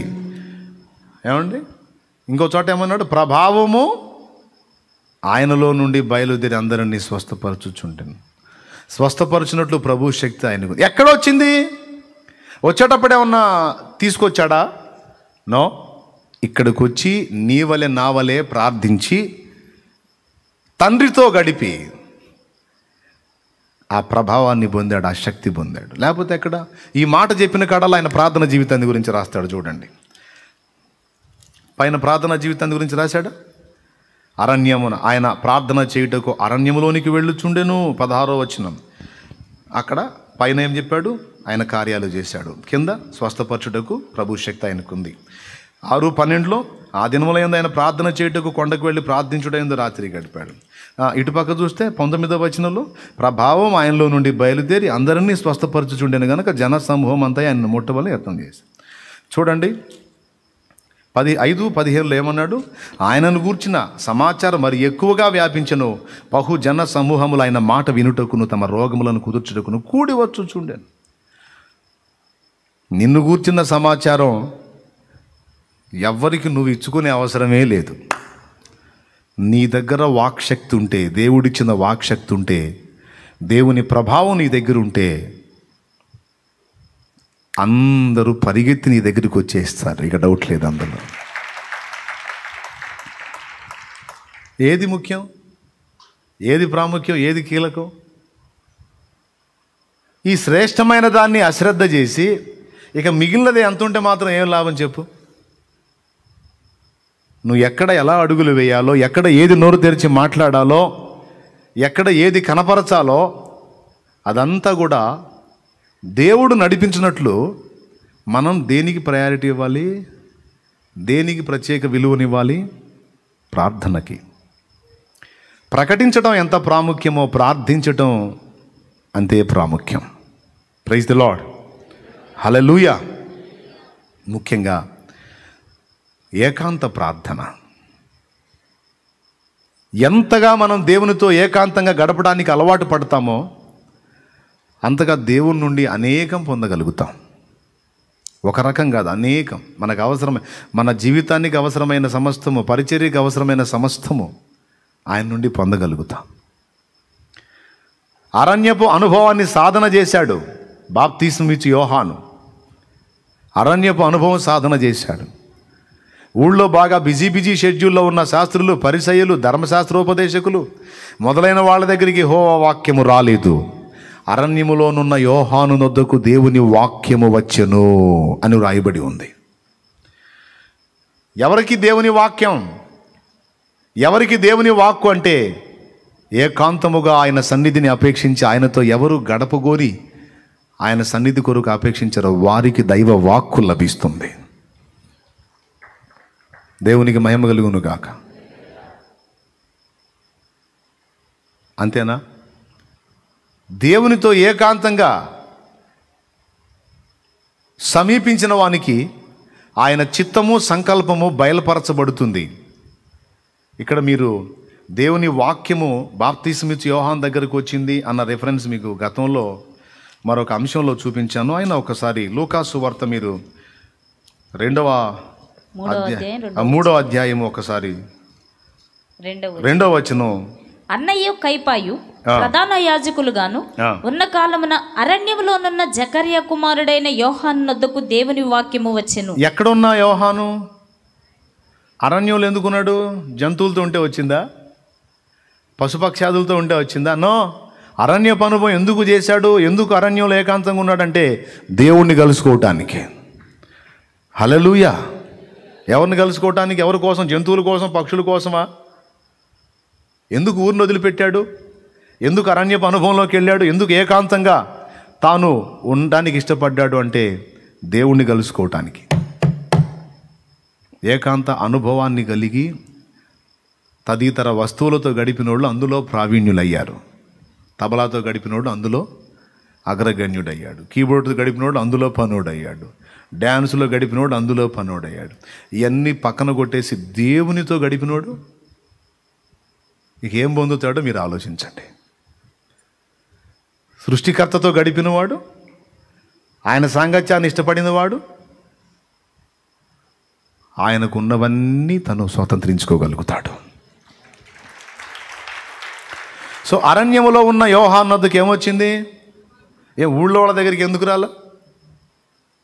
అంత ప్రశాంతత వాళ్ళకి ఆడుందండి బిజీ అయిపోతే. అంత ప్రశాంతత ఎక్కడుంది?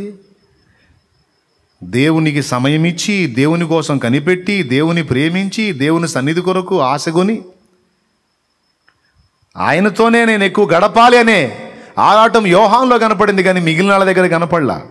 వాళ్ళు నోరు తెరిసే దేవుని మాటలే చెబుతున్నారు. దేవుని సంబంధం అన్నట్లుగా ఆ గెటప్ చూపిస్తున్నారు, ఆ సెటప్ అంతా చూపిస్తున్నారు, కానీ దేవుని ప్రేమించి దేవుని సన్నిధిని ఆపేక్షించే బాప్తిసమిచ్చు యోహాను అనుభవం వాళ్ళ దగ్గర లేదు. దేవుని ప్రేమించి ఆయన సన్నిధిని ఆపేక్షించిన వాడు అవతారం, ఊళ్ళో ఉన్నవాడు అవతారం వేరుగా ఉంది. బాప్తిసమిచ్చు అవతారం చూసి, ఆ యోహాను అవతారం చూసి ఊళ్ళో వాళ్ళ అవతారం చూస్తే గొప్ప భక్తుల్లాగా ఊళ్ళో వాళ్ళు కనపడుతున్నారు, ఆయన పిచ్చోళ్ళగా కనపడుతున్నాడు. అరణ్యంలో దేవుని సన్నిధిని అనుభవించేవాడు పిచ్చోళ్ళలా కనపడుతున్నాడు. ఒంటితోలు కట్టుకున్నాడు, సరైన వస్త్రాలు లేవు, తిండి వేరు, వస్త్రం వేరు, వ్యవహారం వేరు. ఊళ్ళో ఉన్నోళ్ళు మంచి బట్టలు, మంచి పొజిషన్, టోటల్ చేంజ్. కానీ వాక్యం ఎక్కడికి వచ్చిందంటే ఎవరు దేవుని సన్నిధి కొరకు కాచుకొని ఊరిని ప్రక్కన పెట్టి అరణ్యములు అంటే దేవుణ్ణి కలుసుకోవడానికి అనువైన స్థానములో తమను తాము నిలపగలిగారో వారికి దొరికింది ఆయన వాక్కు.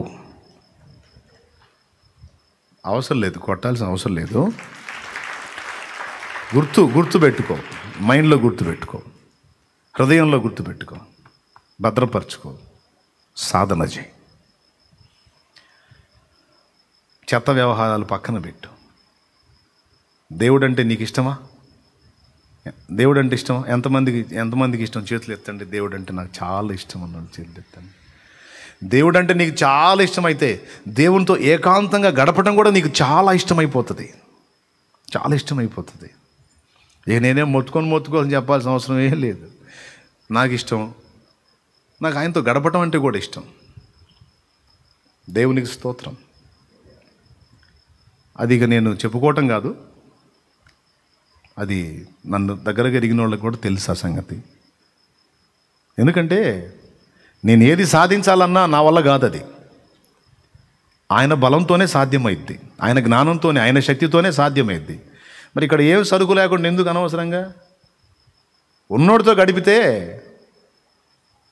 ఆ శక్తి, ఆ ప్రభావం, ఆ జ్ఞానం, ఆ నడిపింపు అన్నీ ఆయన ఇస్తే ఏదన్నా కొంత న్యాయం జరిగిద్ది. లేకపోతే ఏముంది? ఇది ఎరిగి ఆయన మెయిన్. సో దేవునితో ఏకాంతముగా గడిపినప్పుడు ప్రభు ఏమేమి పొందగలిగాడు? అన్నీ పొందాడు ప్రభు తండ్రి యొద్ద నుండి. రేపటి కర్తవ్యం ఏంటో పొందాడు, సమయం ఎప్పుడో పొందాడు, ఎవరిని కలుసుకోవాలో పొందాడు, ప్రభావాన్ని పొందాడు, తండ్రి నడిపింపును పొందాడు, శత్రువుని ఎలా ఎదుర్కోవాలో ఆ జ్ఞానాన్ని పొందాడు. మొత్తం ఒక నోట్సులాగా తండ్రితో గడిపి అన్ని పొందుకొని తర్వాత ఆయన చర్యల్లో వాటన్నిటిని మనకు చూపించటం జరిగింది. స్తోత్రం చెప్తారా? కొంచెం పెద్దగా గట్టిగా చెప్తారా?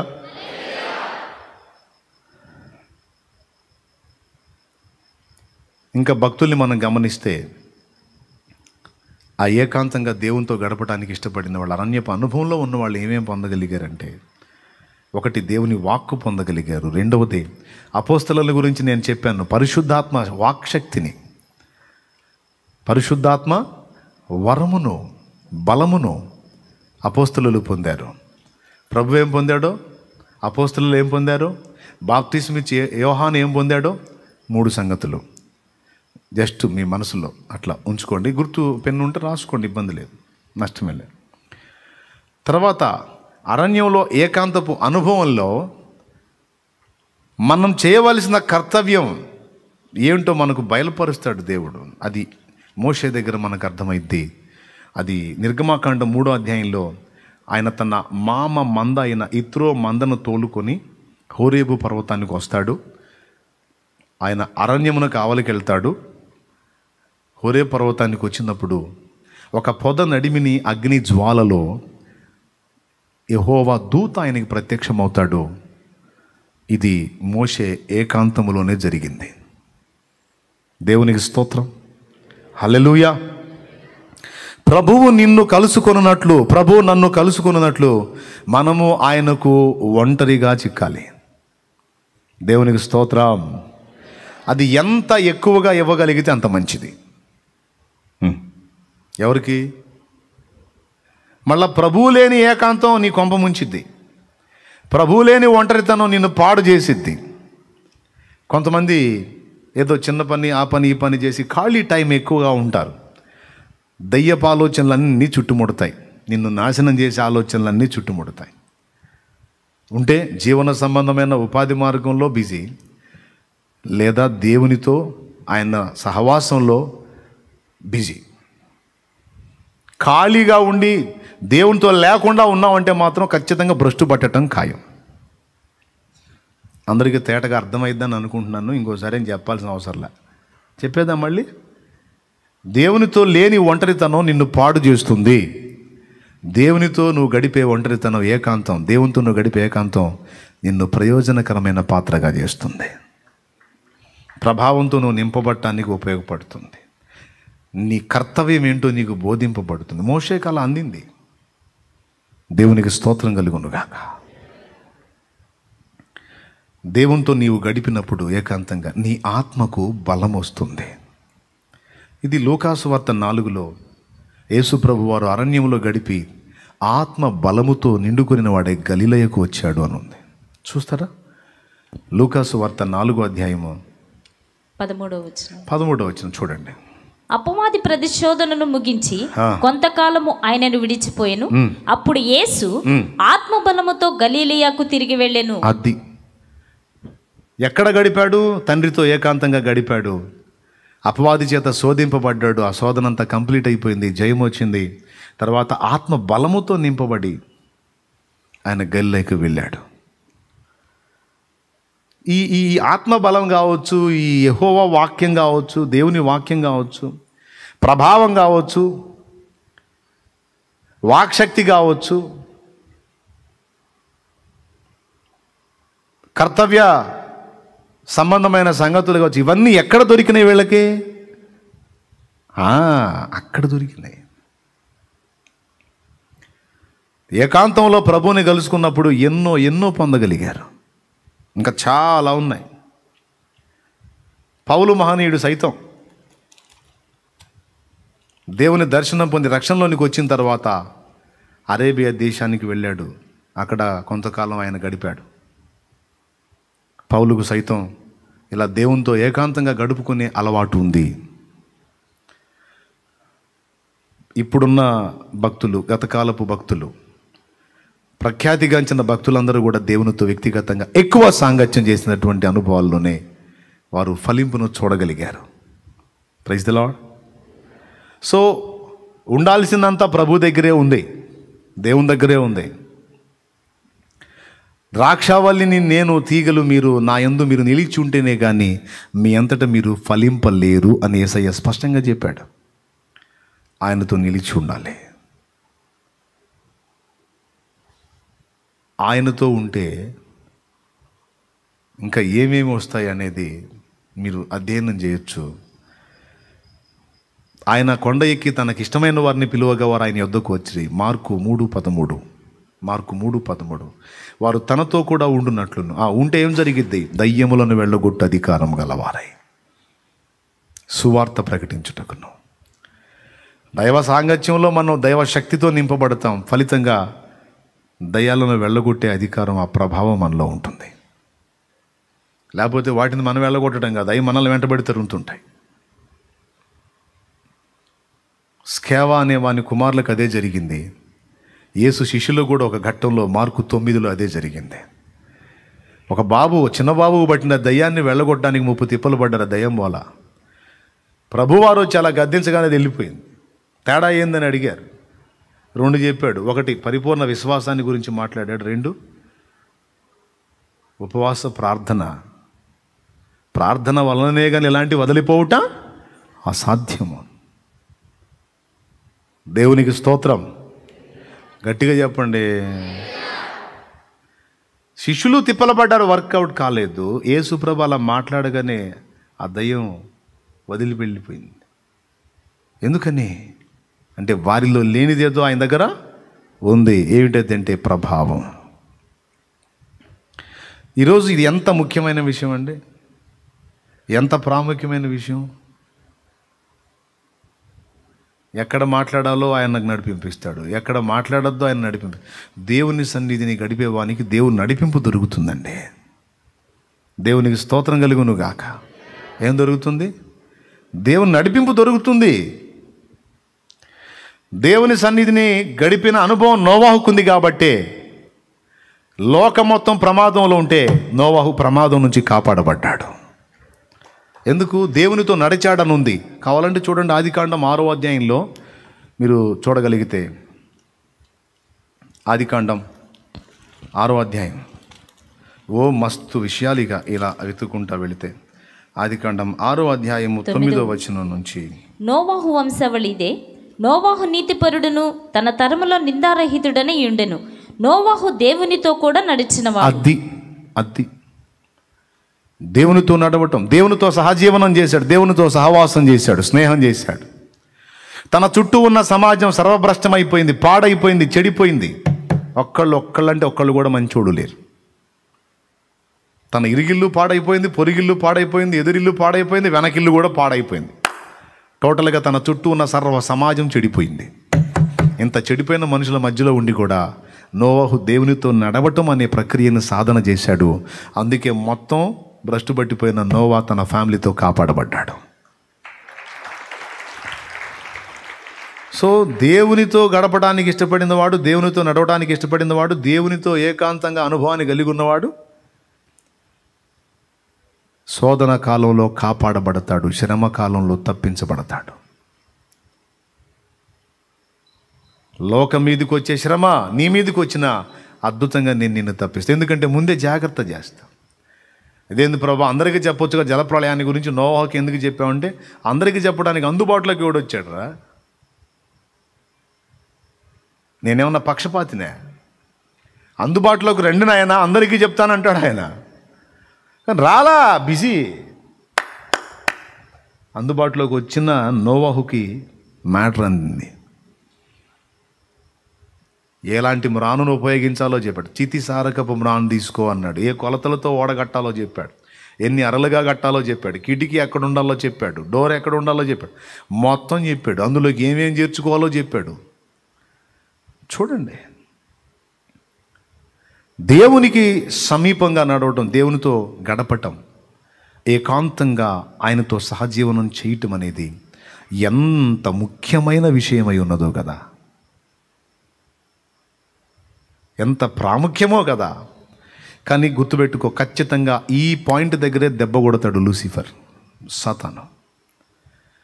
మిగిలిన చెత్త వ్యవహారాలన్నింటిలో నీ టైం అంతా వేస్ట్ అయిపోయి నువ్వు దేవునితో సహజీవనం చేయటానికి, దేవునితో సాంగత్యం చేయటానికి, ఏకాంతంగా కొంత సమయం ప్రశాంతంగా దేవునితో గడపడానికి వీలు లేకుండా నిన్ను వాడు చెడగొడతాడు, ఖచ్చితంగా చెడగొడతాడు. చెత్త వ్యవహారాలన్నీ తీసుకొచ్చి నీ ముందు పెడతాడు. నీ బుర్రంతా పాడు చేస్తాడు, నీ ఆలోచనలన్నీ చెరుపుతాడు. అదేమంటే ఇది ముఖ్యం, అది ముఖ్యం, అది ముఖ్యం, ఇది ముఖ్యం అంటాడు. ఏది ముఖ్యం? అన్నిటికంటే దేవుడు ముఖ్యం, అన్నిటికంటే ఆయన ముఖ్యం. ఈ పాయింట్ను బలంగా పట్టుకున్నాడు అన్నింటినీ అధిగమించగలుగుతాడు. మార్టిన్ లూథర్ అనేటువంటి దైవజనుడు, మార్టిన్ లూథర్ అనే దైవజనుడు ఇలా అన్నాడట, ఈరోజు నాకు చాలా ఎక్కువ పనులు ఉన్నాయి, చాలా ముఖ్యమైన పనులు ఉన్నాయి, కాబట్టి నేను చాలా తక్కువ ప్రార్థన చేస్తాను అల్లా. ఈరోజు చాలా ముఖ్యమైన పనులు ఉన్నాయి, చాలా ఎక్కువ ఉన్నాయి కనుక ఈరోజు నేను ఎక్కువ ప్రార్థన చేయాలి, ఎక్కువ ప్రార్థన చేయాలి, ఎక్కువ దేవునితో గడపాలి. అప్పుడు నాకున్న ముఖ్యమైన పనులన్నీ తక్కువ సమయంలో ఆయన్ని అవగొడతాడు. ఇది వాళ్ళు విశ్వసించారు, నమ్మారు, అనుభవించారు, సాధించారు. ఈరోజు ఆ ప్రశాంతత ఏదండి? దేవునితో అలా కూర్చొని ఆయనతో సమయాన్ని గడిపి ఆయనలోని ఆ సారాన్ని పొందగలిగేటట్టు, ఆ ప్రత్యక్షతను పొందేటట్టు, ఆ మహిమను పొందేటట్టు. కొండ ఎక్కితే 40 రోజుల తర్వాత దిగాడు మోషే. ఏమేం మాట్లాడుకున్నారో. కొండ దిగుతుంటే మరి ఉన్నది దేవునితో కదా. మోషే ముఖ చర్మం, ఒక మనిషి శరీరం, అది ముఖ చర్మం సూర్యుని వెలుగు వలె ప్రకాశిస్తుందట. మోషే కొండ దిగి వస్తుంటే కొండ మీద నుంచి ఒక సూర్యుని తేజం దిగి వస్తున్నట్టు ఉంది వాళ్ళకి, ఇశ్రాయేలు జనాంగానికి. కారణం మహిమాన్వితుడైన దేవుని సహజీవనంలో సహచర్యంలో ఉన్నాడు కనుక 40 రోజులు. ఈ 40 రోజులు దాదాపు 3-4 సార్లు కనపడింది మనకి. ఆయన దేవునితో గడిపిన 40లో కనీసం 2 సార్లు కంటే ఎక్కువ కనపడింది. ఆయన కొండ దిగుతుంటే ఆ ప్రభావం,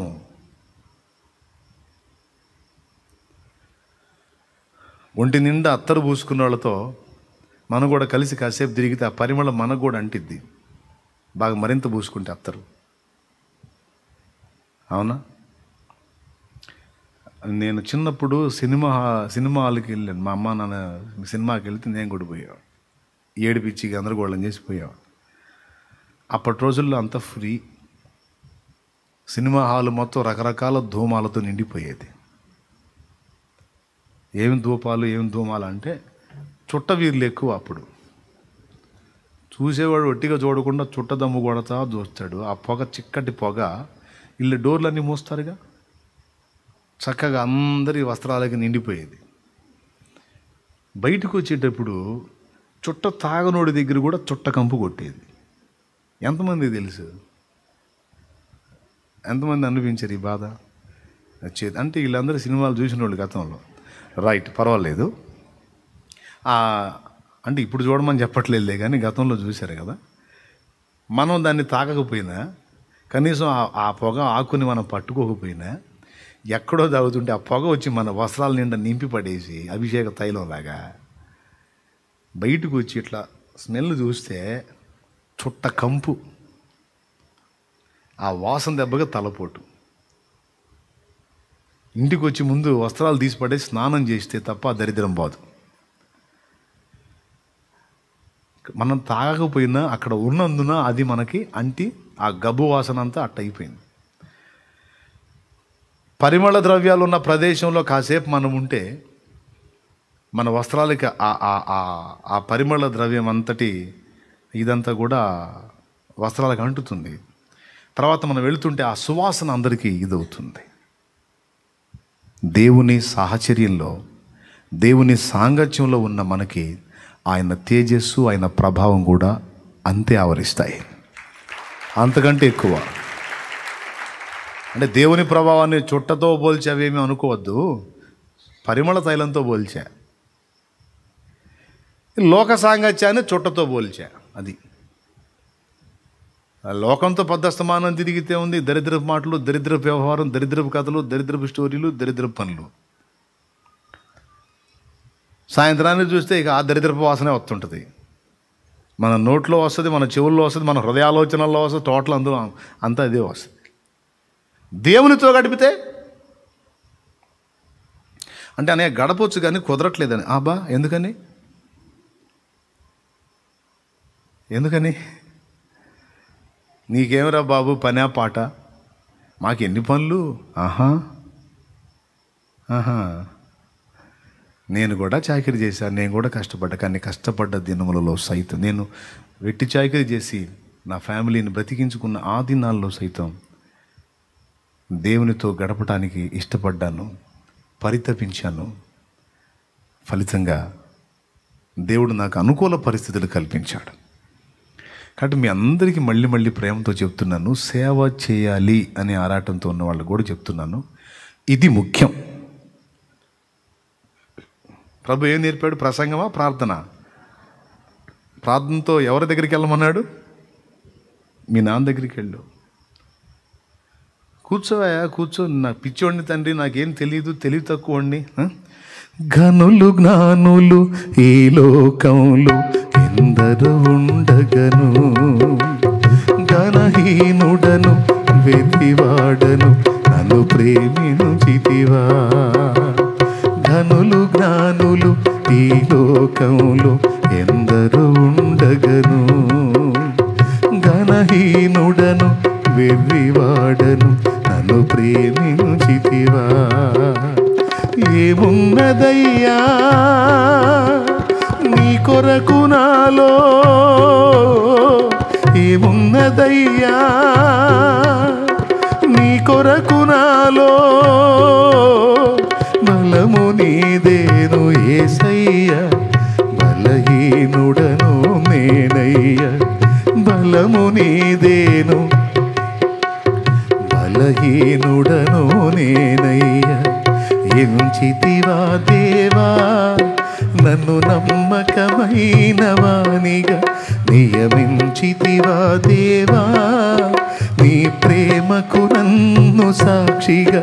నీ శుభవార్త చాటగా, నీ కార్యాలు చేయగా, నీ శుభవార్త చాటగా, నీ కార్యాలు చేయగా.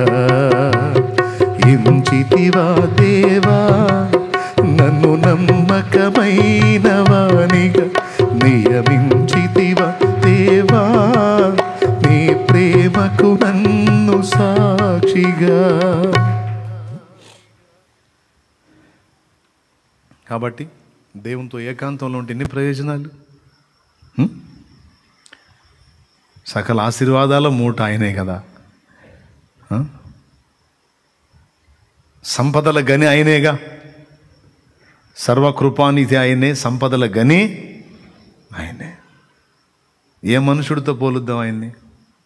ఏ ఫ్రెండ్తో పోలుద్దాం? ఏ వస్తువుతో పోలుద్దాం? ఎవరితో పోలుద్దాం ఆయన్ని? ఏ స్త్రీతో పోలుద్దాం? ఏ పురుషునితో పోలుద్దాం? ఏ బంధువుతో పోలుద్దాం? ఏ బంధాలతో పోలుద్దాం? అన్నిటికీ మించినవాడు కదా ఆయన.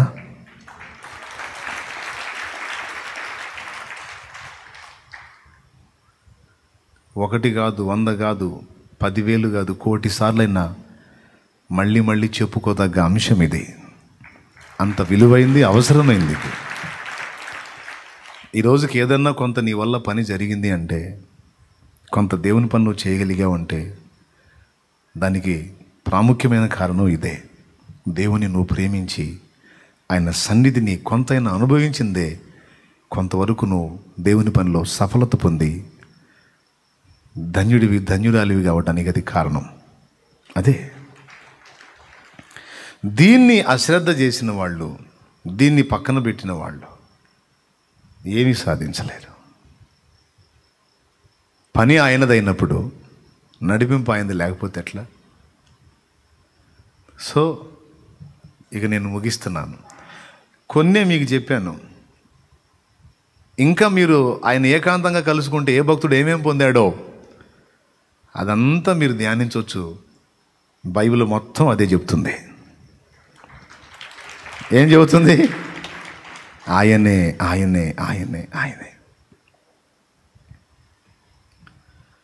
ప్రకృతిని శాసించే శక్తి, సమాజాన్ని శాసించే శక్తి, పంచభూతాలను శాసించే శక్తి, జంతుజాలాన్ని పక్షిజాలాన్ని కూడా శాసించే శక్తి, అన్నీ ఆయన దగ్గర ఉన్నాయి.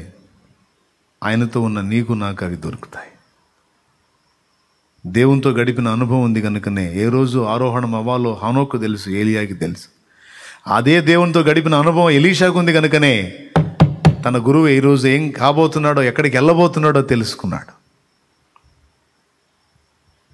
ఫోన్ సౌకర్యం ఏమైనా ఉందా? ఇన్ఫార్మర్ ఎవరైనా ఉన్నారా? ప్రవక్తల శిష్యులు వచ్చి, ఎలీషా ఈరోజు నీ గురువుని ప్రభు ఆరోహణం చేయబోతున్నాడు తెలుసా? నాకు తెలుసు, మీరు నోరు మూసుకోండి అన్నాడు. 4 ప్రదేశాల్లో ఏలియా ఎలీషాను ఆపాలని చూస్తే ఎక్కడ ఆగల. వెంటబడి వెళ్ళి, నీ మీదున్న ఆత్మలు 2 పాళ్ళు నా మీదికి వచ్చినట్లు దయచేయమని కోరుకున్నాడు ఎలీషా. ఏలియా చేసిన కార్యాలకు పక్కా మనం చూస్తే ఈక్వల్గా డబల్ చేసి ఉంటాడు ఎలీషా. ప్రియులారా, ఎలా తెలుసు? నయమాను వచ్చాడు, బయట ఉన్నాడు. లోపల ఎలీషా ఉన్నాడు, బయటికి కూడా రాలా. ఆ యోర్దాన్లో 7 సార్లు మునిగి శుద్ధుడుగా మనం పో అని చెప్పాడు. ఆవేశంతో పోయిన నయమానుకి పనివాడు చెప్తే చివరికి వెళ్ళి ఎలీషా చెప్పినట్టు 7 సార్లు మునిగి 7వసారి పైకి లేచినప్పుడు అతని కుష్ఠరోగం అతను విడిచి బాగుపడతాడు. నేను ఒక మాటే దేవుని సాహచర్యంలో ఉన్నవాడు ఎముకలలో సైతం దేవుని శక్తి, దేవుని అగ్ని కలిగి ఉన్నాడండి. చనిపోయి గుహలో సమాధి చేస్తే 1 సంవత్సరం తర్వాత ఎలీషా బాడీ శరీరం మీద ఎముకల మీద ఉన్న మాంసం అంతా తొలగింపబడి ఒట్టి బోన్స్ ఉన్నాయి. ఎలీషా చనిపోయిన తర్వాత ఆ ఎముకలకు ఒక శవాన్ని దించుతుంటారు. ఆ పక్కన ఎముకలు ఉంటాయి. ఆ శవానికి ఆ ఎముకలు టచ్ అయ్యి చచ్చినోళ్ళు లేచి కూర్చుంటాడు. ఇది అబద్ధమా లేఖనమా? అంత ఫోర్స్, అంత శక్తి ఎలీషాకి ఎట్లా సాధ్యం? ఏలియాకి ఎలా సాధ్యం?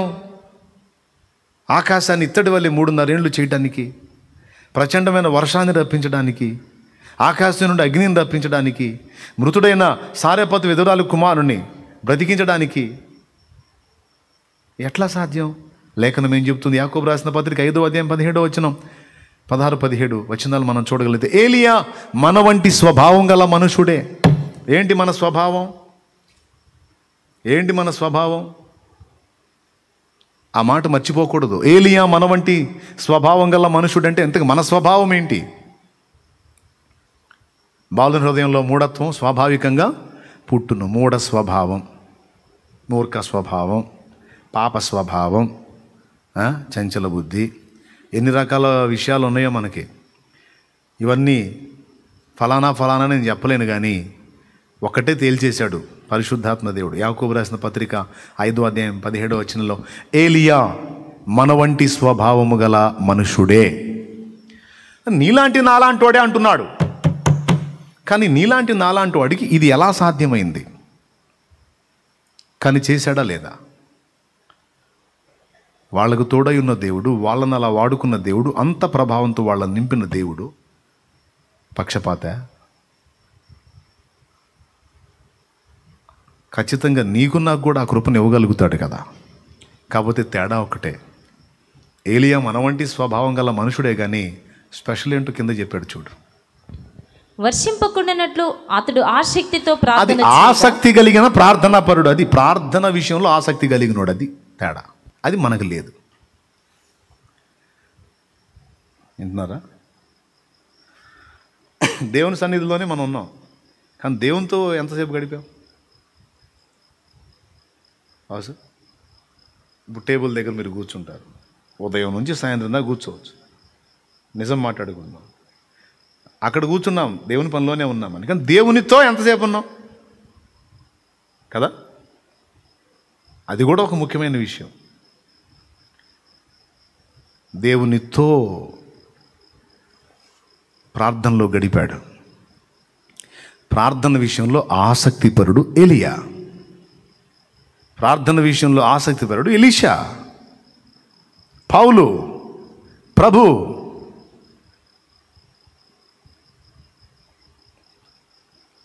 యాకోబు ఒక్కడే మిగిలిపోయిన ఒంటరిగా ఆ ఏకాంతంలో ప్రభువుని కలుసుకున్నాడు. ప్రభు చేత సరిచేయబడ్డాడు. ఏకాంతంలో ప్రభు చేత సరిచేయబడతాం.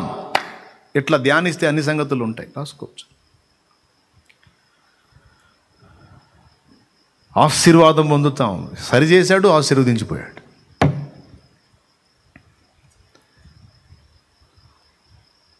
ఏలియా మన వంటి స్వభావం గల మనుషుడే, కానీ ప్రార్థన విషయంలో ఆసక్తిపరుడు. ఎంత అంటే వర్షం రాకూడదని పలికినవాడు, వర్షం రాదని అహబు ముందు పలికినవాడు ఏలియా. మళ్ళా దేవుడు మెత్తబడి నా మాట నెరవేర్చడేమో అని ప్రతిరోజు ఆసక్తి కలిగి వర్షం కురవకుండా ప్రార్థన చేశాడంట. ఇదే ఏలియా మళ్ళా వర్షం కురవాలని ప్రార్థించినప్పుడు వెంటనే రాలా.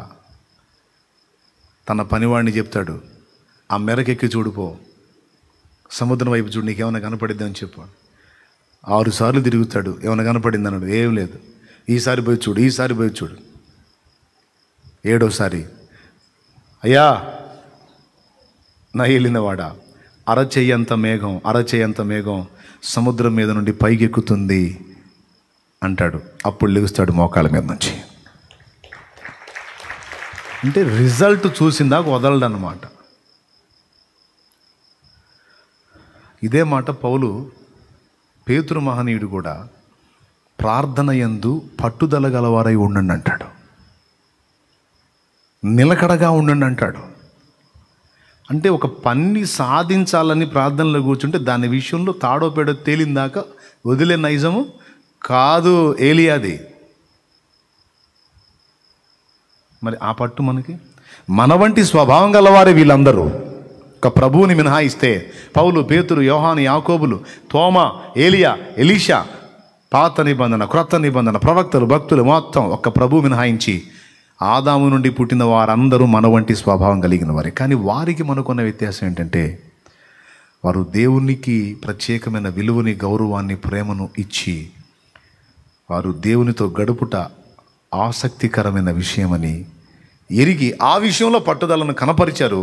ఫలితంగా గొప్ప కార్యాలను వారు చూడగలిగారు, అనేకులకు చూపించగలిగారు.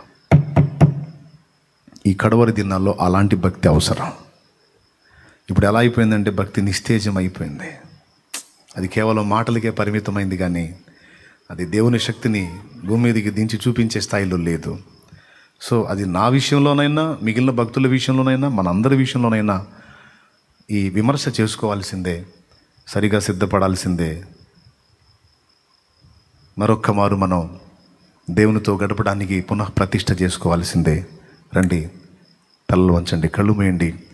లైవ్లో ఉన్నవారు, జూమ్లో ఉన్నవారు అందరూ కూడా ఈ విషయాల్లోని ప్రాముఖ్యతను గుర్తుపట్టి ఒక్కసారి పునః ప్రతిష్ఠ చేసుకోండి. మళ్ళీ దేవునితో ప్రత్యేక సమయం గడపడానికి, వ్యర్థమైన కాలక్షేపాలని పక్కన పెట్టేసి మనం దేవునితో గడుపుదాం, కలుసుకుందాం. ఎంత గడిపితే అంత మంచిది. పరిమళ సుగంధ ద్రవ్యాల దగ్గర ఎంతసేపు ఉంటే అంత పరిమళం మనకు అంటినట్టు నా ప్రభుతో ఎంత గడుపుకుంటే అంత మంచిది, అంత శక్తితో నింపబడతాం. ఆయన సన్నిధిని కనిపెట్టాలి, ఆయన సన్నిధిని కాచుకోవాలి. రండి ప్రార్థన చేద్దాం. కొంతమంది ప్రార్థన చేస్తారు, ఎంత హడావుడో, పొద్దున్నే లేచి ప్రార్థన చేస్తారు. 1 రోజులు చెప్పినట్టే, 1 2 3 4 5 6 7 8 9 10 11 12 13 14 అని ఒంట్లు లెక్క చెప్పినట్టే, 100 చదివి లేచినట్టు. ఏందో మరి, ఏదో బిల్డింగ్లు పోయినట్టు, కొట్టుకుపోయినట్టు, ఆ ఇళ్ళన్నీ కొట్టుకుపోయినట్టు, ప్రపంచం అంతా ఏదో కొట్టుకుపోయినట్టు, అంత హడావుడిగా పరిగెత్తాల్సిన అవసరం ఏముంది? పొద్దున మోకాళ్ళు వేసే కాసేపు నల్లగా పట్టింది మబ్బు, వర్షం పడేటట్టుంది, ఇబ్బంది పడతాం, ఇక్కడ కనీసం తలదాచుకోవడానికి కూడా ఏం లేదు అని లేచి బయలుదేరా. కొంచెం బయటికి రాగానే సిగ్గేసింది. ఊరిని పిచ్చోడా నువ్వు అంతగా మోకాళ్ళను ప్రార్థన చేస్తే కాసేపు వర్షం ఆపలేడు నువ్వు, నీ విశ్వాసం అని నన్ను నేనే తిట్టుకొని మళ్ళీ వెనక్కి మళ్ళీ వచ్చి ఇంటికి వచ్చి మళ్ళీ పోయా. దాకా అక్కడే గడిపొచ్చా. దేవునికి స్తోత్రం కలుగును గాక. కొన్ని ముఖ్యమైన పనులు ఉంటాయని చూసుకొని మళ్ళా 2 పర్యాయాలు ఏకాంతానికి. నేను చెప్తున్నా, ఒకవేళ నా ద్వారా ఏదన్నా దేవుని కార్యం జరిగింది అంటే అది పాటో మాటో లేకపోతే ఇంకొకటో కాదు. నా ప్రభువు దగ్గరికి దీనుడిగా వెళ్ళి ఆయన పాదాలు పట్టుకొని గడుపుకున్న అనుభవం, ఆయన చూపిన కృప, ఆయన ఇచ్చిన ధన్యత, ఆయన ఇచ్చిన దీవెన, ఆయన ఇచ్చిన శక్తి, ఆయన ఇచ్చిన జ్ఞానం, ఆయన ఇచ్చిన నడిపింపు, ఈ దీనుని పట్ల ఆయన చూపిన దయే ఏదన్నా నా వల్ల జరిగిన సేవ జరిగిందంటే దీని అంతటి కారణం ఆయన కృప, ఆయన సాహచర్యం, ఆయన సహవాసం, ఆయన సన్నిధి, ఆయన దయ. దీన్ని అలవాటు చేసుకోండి, సాధన చేయండి. అప్పుడు నువ్వు ఇక ప్రసంగంలో ఏదో రిస్కులు చేయాల్సిన అవసరం లేదు. దేవుని సన్నిధిని, ఆ పరిమళాన్ని అనుభవించిన నువ్వు నోరు తెరిస్తే ఆ జీవాన్ని దేవుడే నీలో నుంచి బయటకు వచ్చేటట్టు చేస్తాడు. నీ మాటకు తన శక్తిని జోడిస్తే ఇక ఎవడు దాన్ని ఆక్షేపించడానికి లేదు. ముందు హృదయంలో పొడవబడి రూపాంతరం చెందుతాడు. ఓకే, రండి ప్రభు పాదాలు పట్టుకుందాం. మనం కోల్పోయిన ఆ ఏకాంతపు అనుభవాలు మళ్ళా సాధన చేద్దాం. కృప మనకి అనుగ్రహించబడును గాక. రండి, తలలు వంచండి, కళ్ళు మూయండి, అందరూ కూడా ప్రార్థనలో ఉండండి. హల్లెలూయ, హల్లెలూయ, హల్లెలూయ. అందరం ప్రార్థించండి. అందరం ప్రార్థనలో ఉందాం. సరి చేసుకుందాం. ఒక్కసారి ఆయన సన్నిధిని అపేక్షిద్దాం.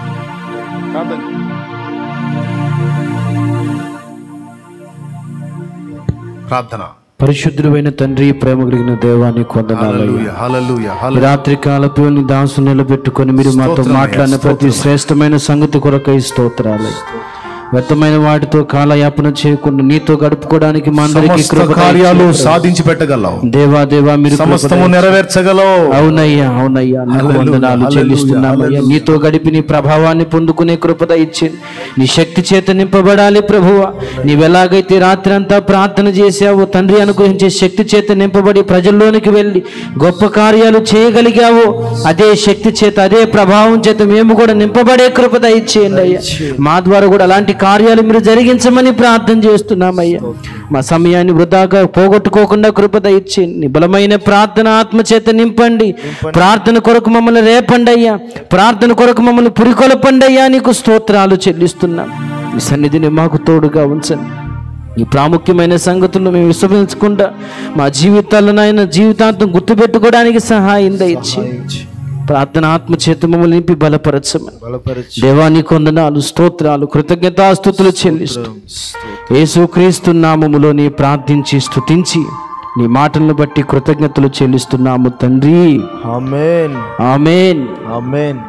మన తండ్రి అయిన దేవుని ప్రేమ, కుమారుడైన యేసుక్రీస్తు వారి కృప, పరిశుద్ధాత్మ దేవుని అన్ని సన్నిధి సహవాస సమాధానాలు సమకూడిన మనకు సకల పరిశుద్ధులకు సదాకాలము తోడయుండి ఆయనతో సహవాసం చేసి ఆయన శక్తిని పొందుకోవడానికి కృపను అనుగ్రహించునుగాక. ఆమేన్, ఆమేన్. ప్రభుయేసు రక్తమునకే జయం, ప్రభుయేసు రక్తమునకే జయం, ప్రభుయేసు నామమునకు సంపూర్ణ విజయము కలుగునుగాక. ఆమేన్, ఆమేన్. హల్లెలూయా, హల్లెలూయా, హల్లెలూయా, హల్లెలూయా, హల్లెలూయా.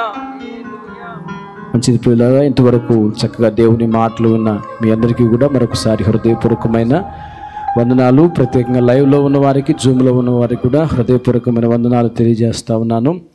చెప్పబడిన మాటల ప్రకారంగా భక్తి సాధన చేసుకుందాం. దేవుని కొరకు శక్తి చేత నింపబడి ఆయా ప్రాంతాలకి మనం వెళ్ళినప్పుడు ఆ ప్రభావాన్ని ప్రజలకు చూపిద్దాం. దేవుడు మనందరికీ తోడైండి ఆయన సేవలో మనల్ని వాడుకును గాక. Amen, amen. మంచిది. కోట ముగించబడింది. సెలవు తీసుకుందాం. అందరికీ మరొకసారి హృదయపూర్వక